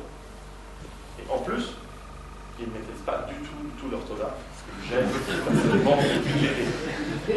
Alors c'est facile de se moquer de nos voisins français qu'on aime bien par ailleurs. Mais c'est pareil en Suisse. J'ai lu ça l'autre jour avant les élections, avec M. Monet, que j'aime bien par ailleurs, c'est un jeune très sympa. Coincé, balai dans le cul. Alors je ne sais pas comment on va mettre le balai du Bolchoï. Enfin, voilà, il y a des gros problèmes d'orthographe de notre société. Enfin, plus revenir sur des choses plus sérieuses, un des exemples que j'aime bien prendre de la bêtise de nos sociétés, c'est typiquement celui de dire mon Dieu, mon Dieu, mon Dieu, l'islamisation rampante fait que maintenant dans les fast-food on ne peut plus avoir de la viande autrement que halal ou kasher. Ouais. Personne ne se dit mais pourquoi est-ce qu'on mange dans les fast-food? Et ça c'est typiquement le truc. Alors les minarets, etc. Alors, moi personnellement j'ai voté contre pour une question je dis, en Suisse j'ai le droit de dire ce que je fais. En France j'essaie d'éviter la politique complètement. Mais pas parce que j'aime pas les musulmans, je m'en fous, ils font ce qu'ils veulent chez eux, etc. Mais en revanche, se focaliser sur par exemple, cet aspect-là de l'islam, c'est nous faire oublier que, voilà, est-ce qu'on mange correctement? Pourquoi est-ce qu'on a ces modes de consommation, etc. Donc souvent, il faut faire très attention aux manipulations. Et en plus, il y a des gens qui tombent dans le panneau et qui jouent le jeu du conflit, dans tous les sens. Et je voyais à Londres, ça me fait toujours rire, il y a des mêmes types qui sont capables d'écrire que l'islam ceux qui insultent l'islam doivent mourir, ceux qui disent que l'islam c'est une religion de violence doivent mourir. Donc en fait, il y a quand même des gens qui vont dans le panneau. Ils disent voilà, tuer ceux qui insultent. Enfin, donc à la fin, dans tous les camps, il y a les idiots. Et c'est pour ça que être conscient des choses est important. Parce qu'en 1914, on s'est entretués parce qu'on s'est fait couillonner. On a envoyé les Autrichiens tuer les Serbes, on a envoyé les Russes tuer les Allemands, les Français, les Anglais et aussi tuer les Allemands. Enfin, c'est toujours les autres qui étaient à la guerre à l'Allemagne, hein, on remarquerait, si on regardait vraiment précisément l'histoire. Jamais l'Allemagne qui était à la guerre. Bon. On s'est fait couillonner. On a mis les meilleurs gosses de l'Europe contre les meilleurs gosses de l'Europe. Est-ce que demain, on va mettre les meilleurs gosses de l'Europe contre les meilleurs gosses du Moyen-Orient, qui habitent maintenant chez nous aussi? Donc, qu'est-ce qu'on veut? Alors, moi, mon boulot, c'est pas de dire qui veut, je m'en fous. J'ai mon idée, mais c'est pas mon boulot de parler de ça. Mon boulot, c'est de dire, ça va nous amener des gros problèmes. Et si on peut ne pas tomber dans le panneau, c'est bien. Mais si ça arrive, il faut qu'on réagisse. C'est un vieux dessin des années 70 de Trump aux États-Unis. Mais tout cela amené ensemble, et la réaction qui va être psychopathique, à mon avis, de la population, va forcément, à mon sens, nous amener à un effondrement de système, à un effondrement de notre économie.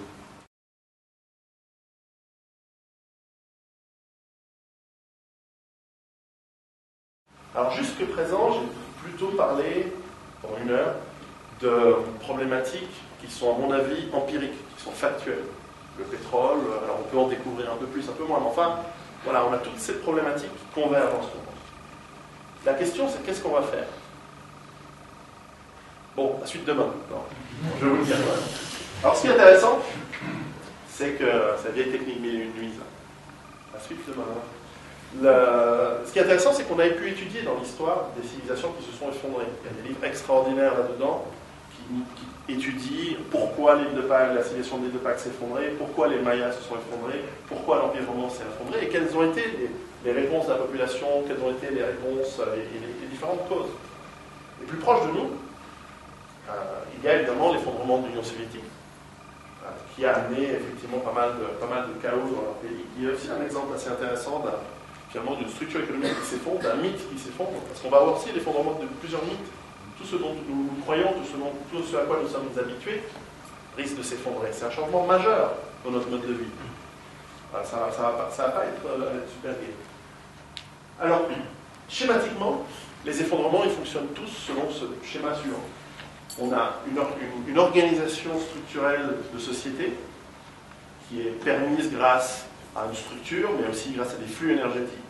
Et lorsqu'il commence à y avoir des stress et des perturbations, l'effet devient, via des décisions politiques, souvent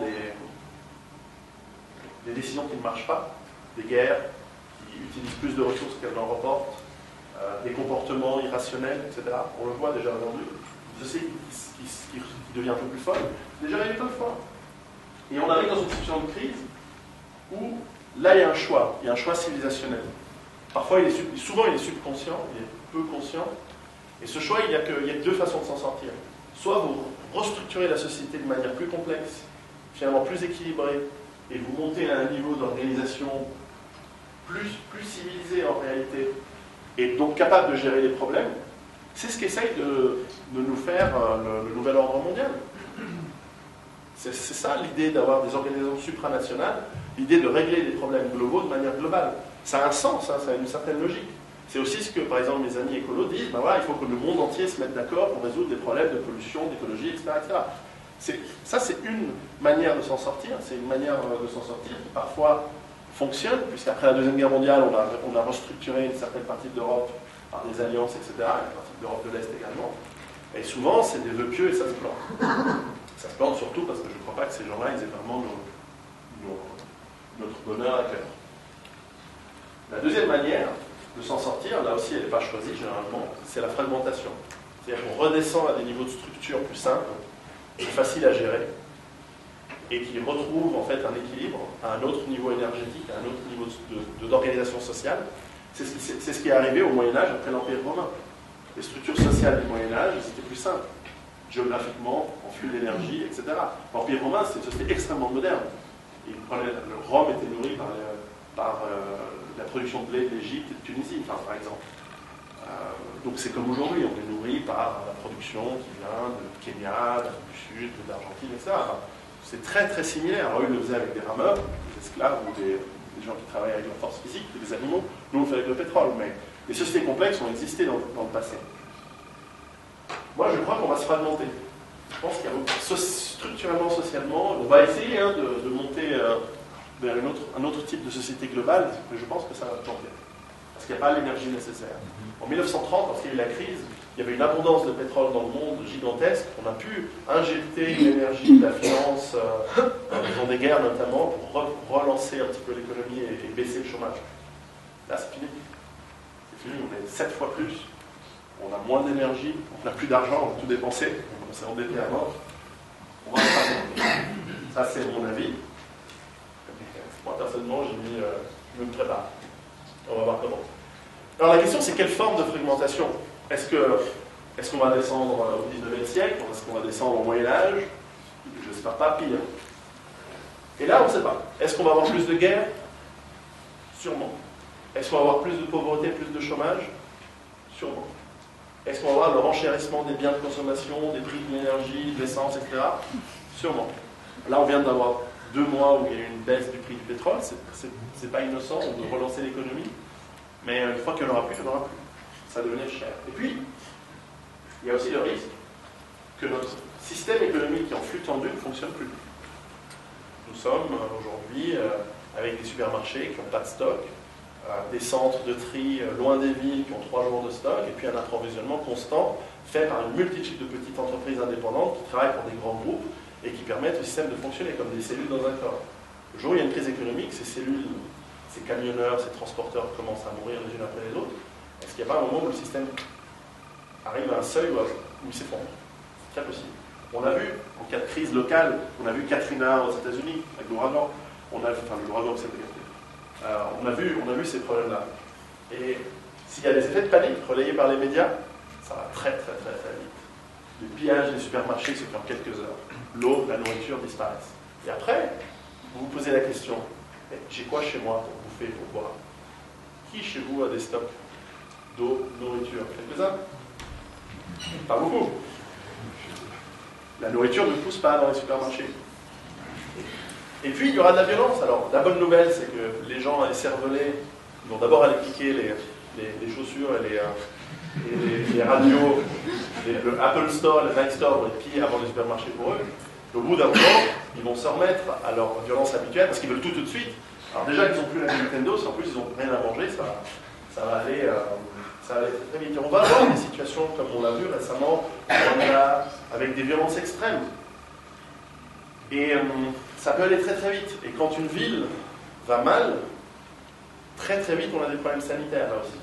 Donc on va redécouvrir des maladies comme Et si à ce moment-là vous dites, bon bah ok, c'est le moment de partir à la campagne, tout le monde aura eu la même idée au même temps que vous, et vous allez vous retrouver comme justement lorsqu'il y a des ouragans où on vous dit, bon maintenant c'est l'heure de paniquer, vous pouvez partir, tout le monde part en même temps, tout le monde attend la dernière minute, en disant non mais ça va aller, tac, trop tard, tout le monde se retrouve bloqué dans les supermarchés. Alors ensuite, ces violences qui vont amener des destructions, moi je crois qu'il y aura surtout beaucoup de pauvreté. Beaucoup de gens, beaucoup d'entre nous, Enfin, j'espère pas vous, ici, parce que maintenant vous savez comment faire. Mais vous allez savoir comment faire. Mais j'imagine que beaucoup de gens vont se retrouver démunis. Et puis ne pensez pas qu'en Suisse, on va être immunisé contre ça. On va le voir arriver ailleurs en premier. Tout comme les Français aujourd'hui regardent la Grèce. Mais ça n'a pas emmené. Les Grecs, ils auraient bien fait de regarder la Grèce et vendre leurs actifs immobiliers avant. Mais non, maintenant, ils sont comme en Grèce il y a un an. Ça va nous rattraper. Ça va nous rattraper. Et plus de pauvreté, ça veut dire moins d'État. L'État aura moins d'argent pour financer la sécurité. Et qui sait qu'on va voir prendre le pouvoir, à mon avis, de manière locale, de plus en plus, c'est les gens qui aujourd'hui sont parfaitement adaptés à fonctionner dans un monde chaotique. Les mafias en général. Le crime organisé est prêt. Ils sont dans un monde chaotique tout le temps. Alors ils restent tranquilles parce qu'il y a la police, il y a la presse. Mais le jour où il n'y a plus d'État qui fonctionne, il y a là, ils prennent le pouvoir, localement, parce qu'ils n'ont pas la puissance et l'infrastructure, mais le quartier va être pris sous contrôle et vous allez voir que les impôts c'est autre chose. Déjà aujourd'hui on se pète, mais là ça va être moins sympa. On peut aussi voir des effets de violence qui peuvent être basés sur n'importe quoi. Ça peut être ethnique, ça peut être des énervements, des mouvements de foule, ça aussi c'est à craindre. On a vu en Tchétchénie, en Yougoslavie, dans plein d'endroits dans le monde où il y a des troubles, on a vu des milices se former, des organisations non étatiques faire la loi, parce qu'il y a toujours une loi. La question c'est qui l'a fait. Et puis il y a aussi l'option, j'y crois pas trop personnellement, mais l'option d'États qui veulent devenir de plus en plus totalitaires, qui veulent maintenir au maximum leur pouvoir le plus longtemps possible par l'action policière, etc. J'y crois pas trop, parce que je pense qu'ils vont être, franchement, les États vont avoir de moins en moins de revenus, et après tout, si vous ne payez pas vos forces de l'ordre, c'est ce qui arrive souvent en Afrique, j'ai vu ça au Congo, le jour où vous ne payez pas l'armée, soit l'armée elle prend le pouvoir, soit elle part et elle fait sa politique à sa manière. Et le pays se désagrège, donc c'est très, très, très, très important. Et donc, nous autres citoyens, qu'est-ce qu'on va faire? On va sortir avec nos costards cravates de nos bureaux, en prenant le premier truc qui traîne, et on va essayer de maintenir notre pays efficace et structuré, et ça va être difficile. Ça va être difficile. Donc, ce que j'ai développé, c'est en fait une technique. Avant d'aller dans la technique, il y a une décision à prendre. La décision, c'est est-ce que vous voulez survivre ou pas? Et parfois, la réponse, c'est non. Parce qu'il y a beaucoup de gens qui disent non, mais c'est trop horrible, même si ce monde arrive, j'abandonne. On ne sait pas ce qui se passera vraiment. On ne sait pas comment l'instinct nous pousse à réagir. Enfin, il y a une décision à un moment de prendre. En regardant, pas maintenant, réfléchissez, en regardant vos enfants, en regardant les gens que vous aimez, est-ce que vous voulez vous en sortir ou pas? Moi, je crois qu'il y a deux manières de faire. C'est binaire. Soit vous êtes prêt, soit vous n'êtes pas prêt. Si ça ne s'effondre pas, si je me plante complètement, si on découvre plein de pétrole, si nos politiciens deviennent bienveillants tout d'un coup, et intelligents, et compétents, et que la société devienne beaucoup plus altruiste et solidaire tout d'un coup, bon, si vous n'êtes pas prêt, ok. Si vous êtes prêt et qu'il n'y a rien qui arrive, bon, vous avez gagné en autonomie, vous allez le voir, etc. Mais en revanche, si ça arrive, quel que soit le niveau d'effondrement, ça peut être un effondrement temporaire, pas très dur, ou ça peut être très très dur, très rapide, ou alors ça peut durer très longtemps, ça peut être multigénérationnel, ça peut durer 1 an, 20 ans, on ne sait pas à quel point on va dégénérer, on ne sait pas. Si vous n'êtes pas prêt, ça va faire mal. Vous allez avoir mal, vous allez souffrir, vous allez voir ce que c'est que l'être humain lorsqu'il a faim et froid. Si en revanche vous êtes prêt, vous avez de bonnes chances de vous en sortir, je pense. Et donc mon livre, c'est un petit peu cette analyse. Les 3/4 du livre, c'est ce que je vais faire en 15 minutes. C'est seulement, en gros, c'est mon expérience personnelle. Pour moi-même et ma famille, qui sont les plus importants pour moi, je me suis dit, vu ce qui arrive, il faut qu'on s'en sorte, il faut qu'on survive. Et je suis parti du principe que tout d'abord, il faut qu'on s'en sorte à titre personnel, pour ensuite pouvoir aider les autres. Parfois on me dit, mais c'est pas un peu... Survivre, c'est pas égoïste. Non, mais c'est comme dans l'avion. D'abord, quand on vous dit, voilà, il faut d'abord aider, il faut d'abord mettre vous-même votre masque oxygène, puis ensuite vous allez aider les autres. C'est comme la charité. Si vous n'avez rien, vous ne pouvez pas être charitable. Vous pouvez être altruiste, mais vous ne pouvez pas être charitable. Si vous n'avez rien, si vous êtes tout nu, vous n'avez rien sur vous, vous ne pouvez pas aider les autres. Donc il faut développer une certaine capacité d'aider les autres, mais elle commence par vous-même. Parce qu'il n'y a rien de pire que celui qui vient et qui dit aux autres, vous devez faire comme ça, mais moi je ne le fais pas. Ça ne marche pas. Après, les gens ne le feront pas. Et pour développer cette idée, en fait, je me suis un peu creusé la tête pendant quelques années. Au début, j'angoissais, au début, j'ai déprimé. J'ai en vrai des passions nerveuses, je me suis dit, comment on va s'en sortir? Et puis, finalement, on trouve le truc. L'idée, c'est qu'il n'y a pas de survie, il n'y a pas de moyen de s'en sortir si vous n'êtes pas enraciné. C'est à un moment où vous ne dites pas, voilà, même philosophiquement, vous mettez la ligne rouge en disant, voilà, au-delà de cet endroit, on ne passe pas. Je vais rester là. Vous ne pouvez pas fuir. Si vous fuyez, vous allez devenir un réfugié. Et les réfugiés finissent mal. Soit des esclaves, soit ils meurent, soit ils sont dépendants d'être des autres. Et d'être dépendant des autres, ce n'est pas être libre. Et moi, je pense que l'être humain, il est digne quand il est libre. Bon. Ensuite, pour être enraciné, il va falloir s'enraciner dans un endroit où vous pouvez avoir de l'autonomie. Et cette autonomie, forcément, elle commence par les besoins primaires de l'être humain, l'eau, la nourriture, etc. On va en parler. Et donc, forcément, c'est un endroit où vous allez être proche des zones de production agricole. Donc, idéalement, c'est une ferme. Donc, ça peut prendre plusieurs formes. Ça peut être variable en fonction de vos revenus, en fonction de vos moyens, en fonction de combien vous êtes à vous mettre ensemble pour pouvoir vous permettre. Ça peut être très luxueux, comme ça peut être extrêmement simple. Ça, c'est des vrais exemples de gens qui ont leur... il y en a un qui a pris sa caravane, il a acheté un terrain, pas cher, quelques milliers d'euros. Il a posé une vieille caravane dessus, et voilà, il a mis une bâche pour se prendre. Il a piqué à Cannes, c'est un truc du festival de Cannes. Enfin bref, voilà, et on fait en fonction de nos moyens. On peut avoir on peut être en vadrouille, etc. On peut même imaginer de partir, etc. Et le concept, en fait, c'est ce que j'écris dans le livre, je l'ai repris d'autres auteurs qui m'ont aimablement autorisé à l'utiliser, c'est la base, parce qu'on est enraciné, base, autonome, bien ce que ça veut dire, durable, base autonome durable. Parce que si vous êtes autonome mais vous n'êtes pas durable, ça veut dire que par exemple vous avez un stock de nourriture dans votre cave, une fois que c'est fini, c'est fini. En revanche, il faut produire votre nourriture pour être durable. De la même manière que pour l'autre, de la même manière que pour tous les éléments qui font que ça fonctionne. Et si vous êtes nomade, au bout d'un moment, vous serez soit vous allez devenir un pillard, soit vous allez devenir réfugié, soit vous allez mourir de faim parce qu'il n'y a plus rien. On ne peut pas survivre en tant que nomade sans être prédateur ou alors sans être à la merci des autres. C'est pour ça que les réfugiés, c'est pas bien d'être réfugié, c'est pas bien d'être nomade. Enfin, bien, ils ne choisissent pas souvent, mais voilà, il faut être prévoyant. Alors, je parlais de la Suisse un petit peu plus tard, enfin en gros, une des idées, c'est d'être dans un endroit où il y a peu de densité de la population. Genève, par exemple, c'est pas un bon endroit. C'est un endroit très dense.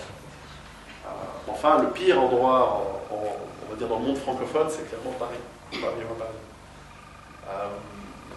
Zurich. J'ai des amis à Zurich, ils s'en vont. Et puis, loin des centrales nucléaires. Donc, si l'effondrement arrive après 2030 en Suisse, on est bien. Mais à mon avis, c'est encore là les centrales nucléaires. Donc, méfiance. Méfiance par rapport à ça.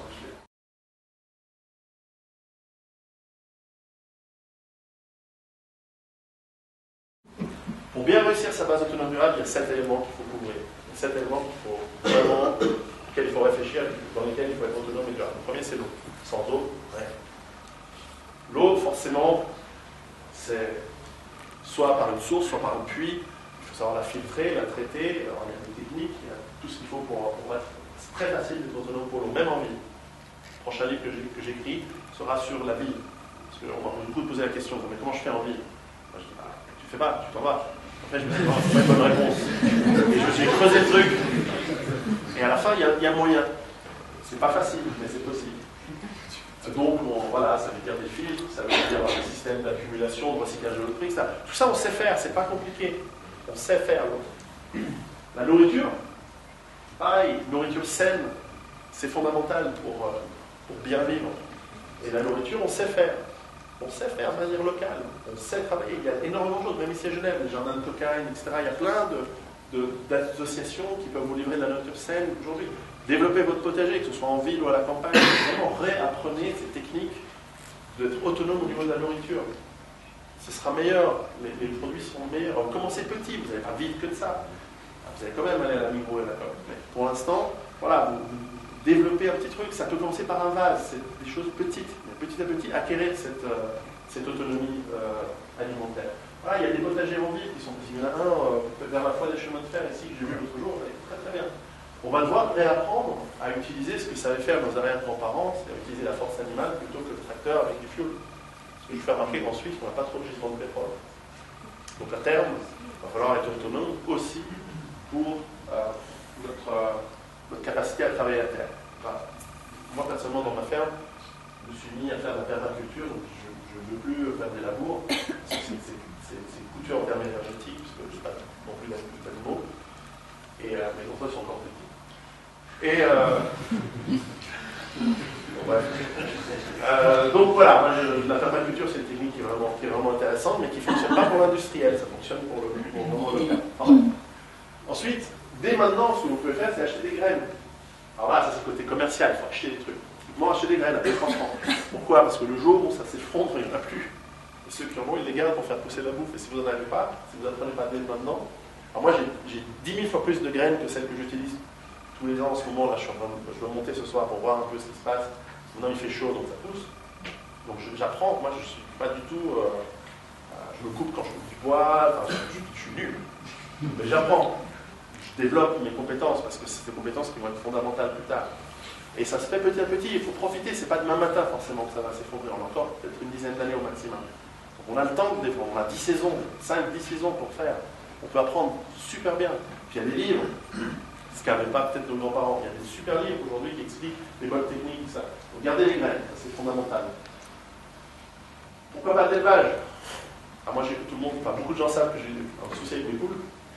Mais voilà, l'élevage, ça peut être intéressant. Un peu d'animaux, un peu de protéines. Je vous préviens tous, si vous faites beaucoup d'élevage, vous allez avoir beaucoup de surface, c'est beaucoup de travail. Donc, soyez équilibrés dans votre préparatif et dans votre capacité de suite. Il reste la pêche, la chasse, et ça va vous amener une certaine autonomie, a priori, si vous développez ça correctement, et puis ensuite, il y a ces fameux stocks. Pourquoi des stocks?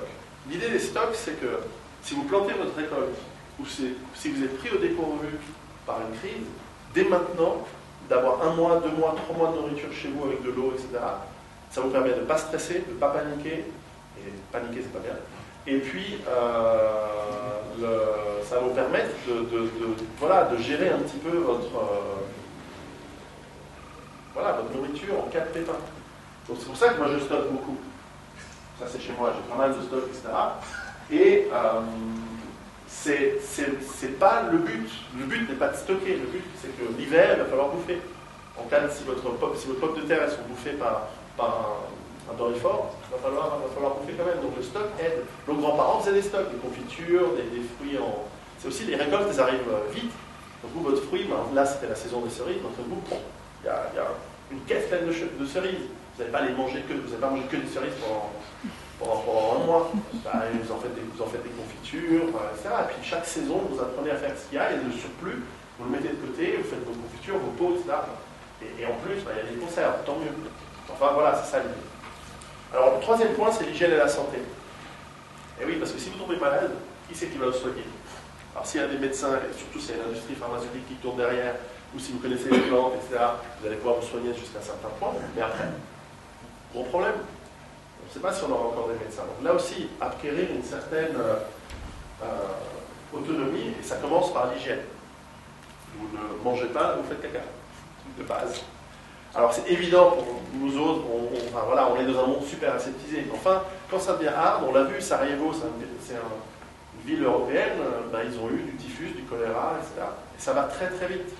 S'il y a des cadavres, et qui ne sont pas enterrés correctement ou brûlés, etc., ça va très très très vite. Et des cadavres d'animaux, pas forcément, il y aura aussi des cadavres d'humains. Donc l'hygiène, elle sera importante. Et je dis dans mon livre, le truc de base, c'est se laver les mains. Bonne hygiène dentaire, si vous ne voulez pas qu'on vous arrache les dents carriées à coup de tenaille, parce que c'est comme ça que ça se passe sinon. Et puis surtout, évidemment, et là ça revient à la nourriture, une bonne hygiène alimentaire, une bonne nourriture, vous permet de rester en bonne santé plus longtemps, d'être plus capable de lutter contre les maladies inévitables. Enfin, comme on plaisante souvent en disant, voilà, une grippe avec des médicaments, c'est 8 jours, une grippe sans médicaments, c'est 9 jours. Voilà, le corps est capable de soigner l'immense majorité des maladies en réalité. Simplement on oublie, puis on est habitué à se gaver, etc. Ce sont les antibiotiques, on va les prendre, ça devient très rare, vraiment vous avez un problème. Mais à l'inverse, je ne veux pas qu'on croie non plus l'inverse, parce que parfois des gens me disent, oui mais Vous parlez de médecine moderne, mais la médecine par les plantes, c'est bien. Oui, c'est génial. D'ailleurs, c'est souvent la meilleure. La prévention, c'est la meilleure médecine. Le meilleur moyen de ne pas être malade, c'est de ne pas tomber malade. Sauf que si vous tombez de votre pommier en cherchant ces fameuses pommes, vous fracturez, vous avez une fracture ouverte au tibia, il y a l'os qui sort, là, les petites pommades à base de plantes, ça va être difficile de vous empêcher une mort d'atroce souffrance. Donc, les deux médecines sont intéressantes. Rester en bonne santé, par l'exercice quotidien, bien sûr, hygiène de vie, je ne vais pas parler 3 heures de ça, mais aussi apprenez le minimum de soins, même de chirurgie que vous pouvez faire vous-même. Moi, j'aime bien catégoriser les problèmes médicaux en trois. Il y a les bobos, il y a les gros bobos. Ça, vous devez pouvoir les gérer vous-même. Apprenez à faire de la suture, c'est pas très compliqué. Apprenez à faire un pansement, une intramusculaire, une intraveineuse, facile, en fait. On a l'hôpital, on a la Croix-Rouge, il y a des cours qui existent partout pour apprendre de la médecine d'urgence, etc. Ensuite, il y a les gros bobos. Ça, vous pouvez rien faire. On va attendre. Là commence la religion, et je ne rentre pas dans ce sujet-là. Ensuite, vous trouverez des guides, et ça c'est intéressant de se cultiver, ça m'amènera au point suivant. Mais le savoir-faire s'apprend. Donc vous pouvez apprendre, typiquement il y a des livres de médecine de brousse. Alors vous allez sur mon site, pierrot.com, vous pouvez les télécharger. Il y a des sites, il y a des livres qui sont dans le domaine public, qui vous permettent d'apprendre comment vous soignez tous les bobos et les problèmes qui arrivent dans un village. Qui en gros sera notre grosse problématique pour acquérir de l'indépendance et d'autonomie. Il faut savoir se soigner au maximum. Et on apprend des trucs de base, genre pourquoi les animaux ne doivent pas rentrer dans la cuisine, enfin, des trucs évidents, mais enfin c'est intéressant de les revoir. Parce que le jour où vous avez peut-être votre maison et que vous avez des poules, etc., et que vous voyez la poule sur le plan de travail, vous dites, mais ça fait combien de temps qu'elle est là, je ne sais pas, vous prenez votre gâteau que vous allez manger, peut-être qu'elle a fait des trucs sur le gâteau, etc. Enfin bref, il y a des règles. Ça, c'est la base. Vous allez pouvoir apprendre comment faire un accouchement, comment faire un truc sympa que vous ne pouvez pas faire vous-même, mais vous pouvez apprendre. Et puis, développer votre petite pharmacie, votre kit. J'en ai un assez costaud parce que j'ai des amis médecins, donc ça va bien. Et donc, développer votre capacité à être autonome pour l'hygiène et la santé. Ensuite, il y a l'énergie. C'est qu'on est habitué à un certain luxe qui est l'eau chaude, qui est l'électricité, etc. Et donc, prévoir, alors la meilleure énergie, c'est l'énergie que vous ne consommez pas, donc avoir de l'isolation thermique pour ne pas avoir à vous chauffer plus, etc. Consommer moins au niveau, changer vos ampoules, etc. Il y a toute une approche globale de l'énergie que j'explique. Mais enfin, à la fin, il va falloir quand même produire du combustible et de l'électricité. Alors pour le combustible, il y a le choix, mais ce choix il va être réduit en temps de crise à ce qui est disponible. Alors, on a la chance en Suisse d'être dans un pays avec encore énormément de forêts. On a du bois, on a des ressources. Le bois, c'est une ressource renouvelable, si elle est bien gérée, pour le chauffage central, pour l'eau chaude, etc. On a aussi des énergies, elles, plus renouvelables, comme le solaire, si on est encore capable de produire des panneaux solaires, parce que le panneau lui-même, il n'est pas renouvelable. Le soleil, oui, pour longtemps. Mais le panneau, il faut du cadmium, il faut le fabriquer, etc. Donc, c'est maintenant qu'on investit là-dedans. Il y a éventuellement de l'éolien, etc. Et puis, bêtement, il y a les piles, les batteries, les ampoules, d'avoir des stocks là-dessus. Et à la fin, il reste aussi la bougie. L'énergie, c'est un luxe, mais c'est un luxe auquel on est habitué.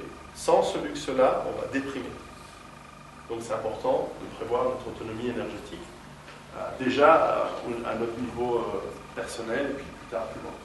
Ensuite, vient le 5e point, ce qui surprend souvent les gens, c'est la connaissance. Parce qu'en fait, s'en sortir tout seul, c'est relativement moyen comme intérêt. Le vrai intérêt, c'est qu'on s'en sorte comme civilisation. Pas comme on est maintenant, mais qu'on reconstruise une civilisation. On ne va pas la reconstruire simplement avec nos petites mains. Il va falloir aussi de la connaissance. Il va falloir mettre des choses dans notre tête.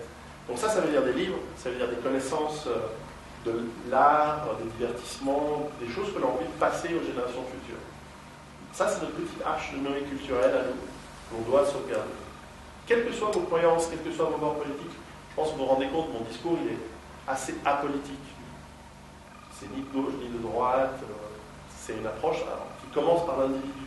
Et donc, en fonction de vos croyances, prenez les livres qui vous intéressent. J'en sais très bien. Voilà, donc moi j'ai une bibliothèque gigantesque, moi j'aime beaucoup la philosophie grecque, la littérature, etc. Mais dans la connaissance, il y a aussi les savoir-faire en réalité. Les savoir-faire qui sont importants dès maintenant à réacquérir, si vous ne les avez pas, pour le monde de demain. Et là, ce seront les métiers importants à réapprendre. Alors c'est vrai que responsable marketing, investisseur financier, avocat, ça va être dur dans le monde de demain. Si vous avez la chance de vider les latrines.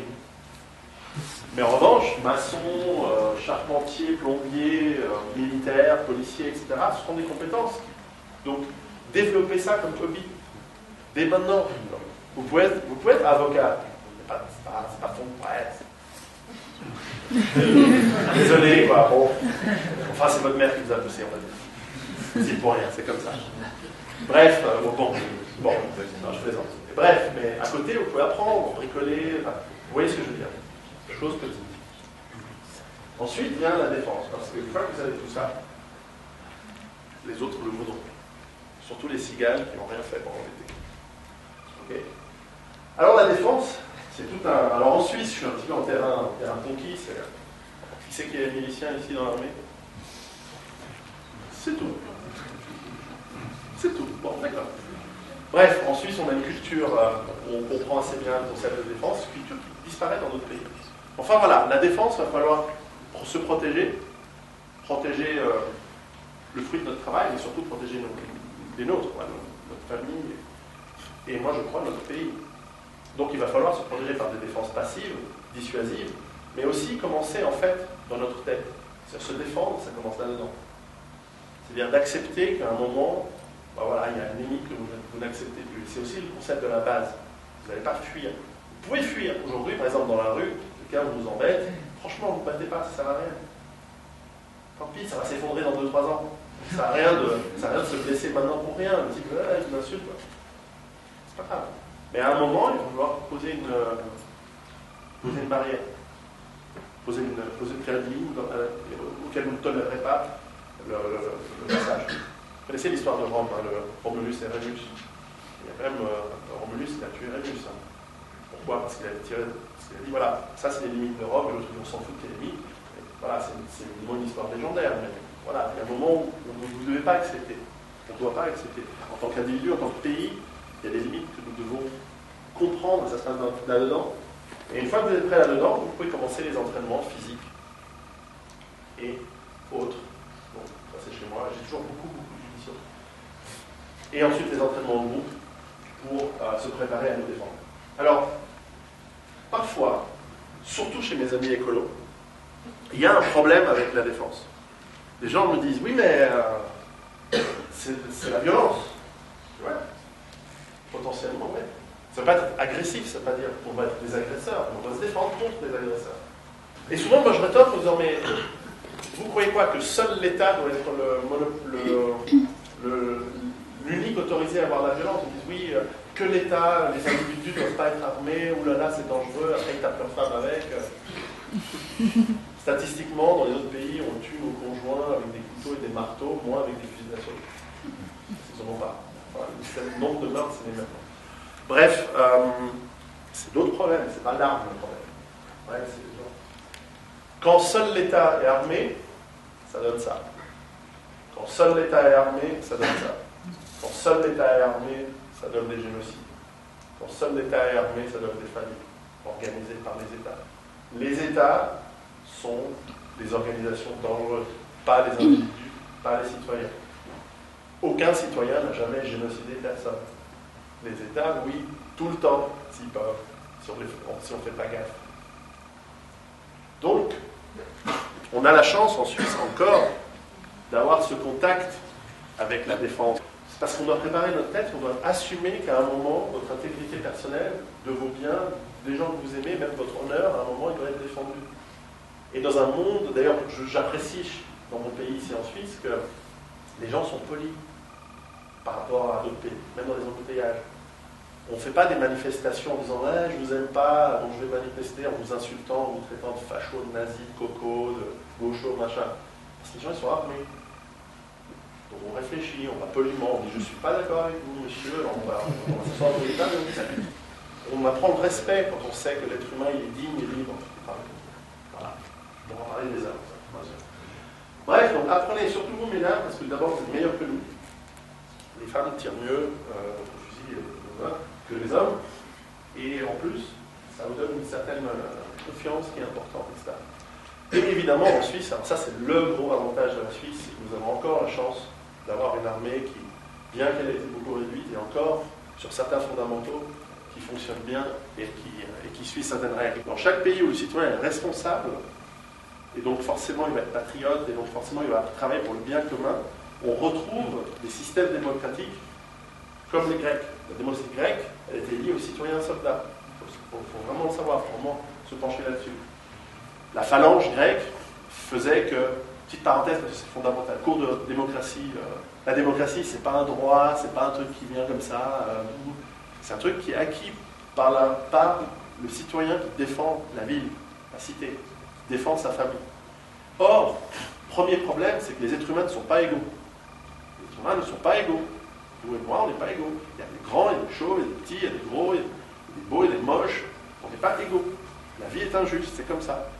Sauf que quand vous allez défendre la cité, donc l'ensemble des gens, l'ensemble des familles, parce que je ne défends pas la cité que pour ma famille, je défends aussi la famille des autres, et qu'on se retrouve dans un système de phalange à l'époque des Grecs, où on se défend avec un bouclier qui défend la moitié de son corps et la moitié de l'autre, du voisin, et qu'on a une lance, et on a notre moitié protégée par notre voisin, qu'est-ce qui se passe? Quand il y en a un qui tombe, un autre prend sa place. Eh bien, on a un système où riches, pauvres, beaux, laids, fainéants ou pas, vous devez tous aller vous battre, et vous prenez tous un certain risque, et vous êtes protégés par votre voisin. Vous êtes égaux face à la mort, égaux face à l'impôt du sang. Et donc, quand vous revenez à la ville après la victoire, si possible, en guerre, vous acceptez un homme, une voix. Allez, on peut même accepter une femme, une voix. Mais fondamentalement, c'est ça la base. On l'oublie, on parlait tout à l'heure. Moi, je dis toujours, il n'y a pas de droit, il y a des privilèges. Les privilèges, ils demandent des devoirs. C'est dur. Aujourd'hui, qu'est-ce qu'on fait pour notre droit de vote? On est assis le cul sur une chaise jusqu'à 18 ans et on a notre droit de vote. C'est pas assez. C'est pas assez pour s'en rendre vraiment compte de ce que ça veut dire, notre droit. Le privilège. Le privilège d'avoir un pays qui nous défend, le privilège d'avoir une société qui s'occupe de nous. Quand on n'a pas de travail, on reçoit du chômage. Quand on est vieux, on reçoit une retraite pour l'instant. Tout ça, c'est fondamental et on oublie à quel point c'est précieux, à quel point c'est basé sur une défense. Je lisais un article, par ailleurs, quelqu'un que j'aime beaucoup, Antonio Rogers, il disait, mais au fond, l'armée a un coût. Et ce coût, il est énorme. Ah ouais, mais il n'y a pas l'article sur quel est l'avantage. L'avantage, c'est qu'on n'est pas envahi par nos voisins. Et si vous croyez que nos voisins, d'aujourd'hui, on ne parle pas d'Allemagne nazie, ils ne sont pas prêts à, ou ils n'aimeraient pas nous envahir pour piquer ce qu'on a, notamment notre argent et nos terres, notre compte. Attendez encore quelques années, vous allez voir. C'est pas gagné, c'est pas évident. Il faut se battre, et il faut se battre démocratiquement, parce qu'on a la chance de pouvoir être une démocratie aujourd'hui. Peut-être la dernière en Europe. La dernière en Europe, moi je crois vraiment qu'on est la dernière. Et encore, elle est imparfaite, notre démocratie. Mais on est les derniers. Nos voisins, ça n'en est plus. Regardez en Italie. Ils ont mis c'est un protectorat. Ils ont mis un mec de Goldman Sachs pour gérer l'Italie. C'est impressionnant. Alors on veut, mais ils votent. Voter, c'est pas synonyme de démocratie. Ils votaient en Union soviétique. Ils votent en Iran. Ils votent en Arabie Saoudite. Voilà. Ils votent en Angleterre. Ouais. Donc les survivalistes, d'ailleurs, on aime bien ce concept de défense dans l'idée où on dit voilà, nous on est comme des serpents, on n'est pas agressifs. Parce que nous marche dessus, on mord. Et on mord des gens. Mais enfin, tout ça, à la limite, ça ne sert à rien. Parce que seul, justement, même préparé, vous n'allez pas y arriver. Ce qui est important, c'est recréer le lien social. Le lien social qui n'a pas disparu en Suisse, heureusement, mais que je vois dans beaucoup d'autres pays où j'ai voyagé, malheureusement disparaît. Le lien social, c'est ce qui va nous permettre, une fois qu'on est prêt, d'aider à préparer nos voisins, nos familles, et de mettre en place ces liens de dépendance mutuelle, ces liens de respect, ces liens de travail ensemble, qui vont nous permettre de nous en sortir. On doit recréer le village.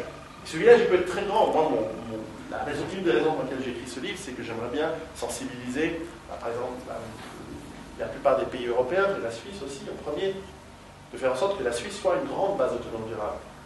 Et pour ça, on doit recréer ce lien, on doit recréer ces liens de respect mutuel, de ne pas s'insulter comme des idiots, parce qu'on a 2% de nos idées qui divergent. Je vois souvent ça en France, il y a des gens qui ont... Moi, j'ai une divergence avec égalité et réconciliation sur un ou deux sujets.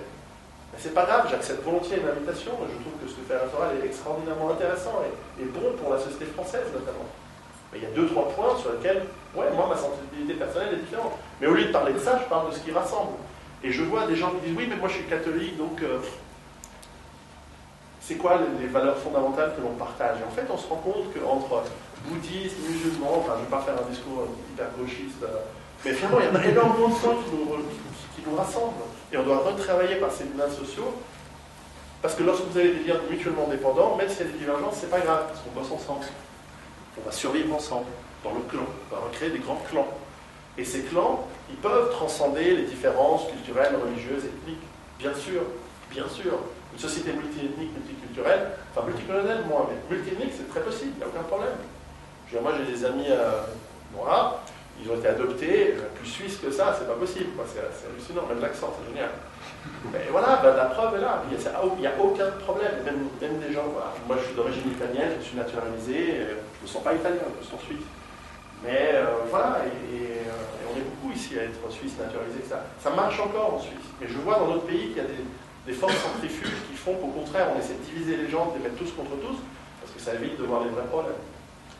Mais ça va nous amener des guerres civiles dans notre pays. Donc ici en Suisse, on va travailler ce lien social. Et surtout à la base, parce que c'est aussi égoïste, c'est que quand les gens s'entraident, ils ne s'entretuent pas, donc ça nous sert. Donc c'est pas mal.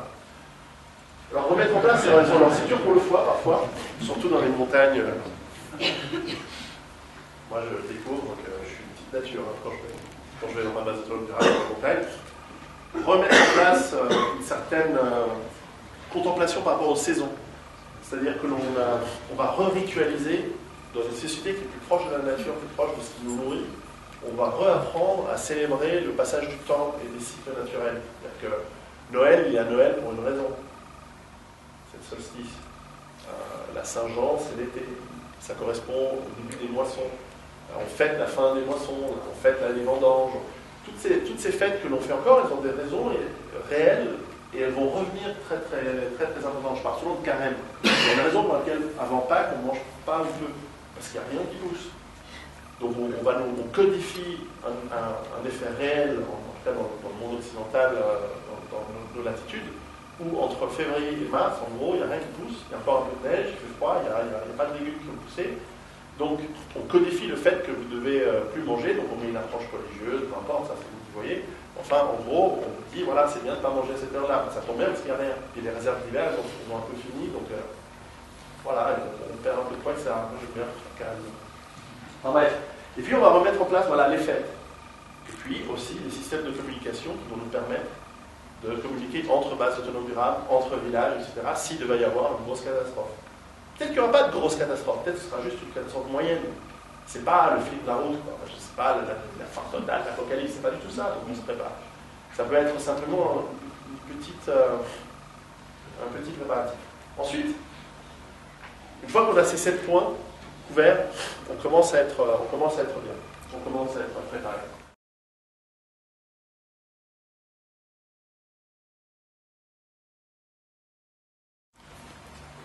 Mais c'est pas tout. Il faut aussi se désintoxiquer du monde dans lequel on est, qui nous lobotomise, qui nous lave le cerveau constamment, etc. Nous devons arrêter. Alors, personnellement, moi, le gros truc, je ne me rendais pas compte au moment où je l'ai fait, mais le gros truc, c'était d'arrêter la télévision. Aujourd'hui, quand je voyage, je vais dans un hôtel, ça m'arrive. En fait, ça m'arrive même plus d'allumer la télé. Mais les rarissimes fois où j'allume la télé, montre en main, ça dure 5 secondes. J'allume la télé, c'est... Non, c'est impressionnant. Je ne sais pas qui ici a arrêté la télé. Ouais, pas mal. Ça m'étonne pas. Bon, quand vous réallumez la télé, c'est... Parce que, voilà, on nous vend des trucs, etc. Alors, je vais faire un petit exercice avec vous, parce que hier, dans l'avion, j'étais assis à côté de 2 filles, aux demeurant mignonnes, mais... Bon, bref. Donc, je leur ai demandé de me passer le magazine qu'elles lisaient. Donc, il faut se désintoxiquer. Et j'ai regardé le truc. Alors, j'ai senti mourir mes neurones.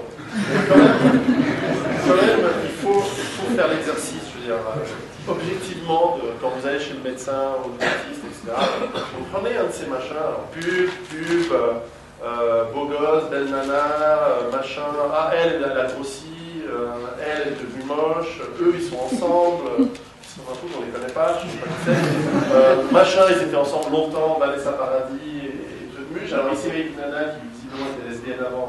Vanessa, ils vont faire des surprises à ton mec de temps en temps. Jennifer, machin, vacances, love, truc, pub, Johnny Hallyday, je connais pas, machin. La famille de Osborne, comment il s'appelle, Ozzy Osbourne, ouais, bon, voilà, son fils atteint d'une maladie. Bon, pub, machin tatoué, je sais pas quoi, les photos de cette dernière année, Angelina Jolie, machin, que des mecs super canons en plus, hein, genre tu regardes ça, tu sors, tu regardes ta femme, tu dis mais c'est qui cette grosse, t'as vu la gonzesse, la femme elle est horrible, par rapport, non mais c'est ça, hein. Pub, machin, nouveau, Pinard. Ça c'est bien. Bon, Yannick Noah, il n'a pas payé ses impôts, et on le savait, machin, en slip. Les femmes qui sont battues pour leurs enfants, ouais, parce que forcément c'est bien connu que les Algériens kidnappent tous les enfants européens. Donc voilà, femmes battues, pub, côté émotionnel, fashion. Alors les modes, il faut s'habiller comme ci, comme ça, comme ça, comme ça, comme ça. C'est bien la libéralisation féminine. Moi je pense que Sora il avait raison. Hein. Je veux dire, c'est de la merde.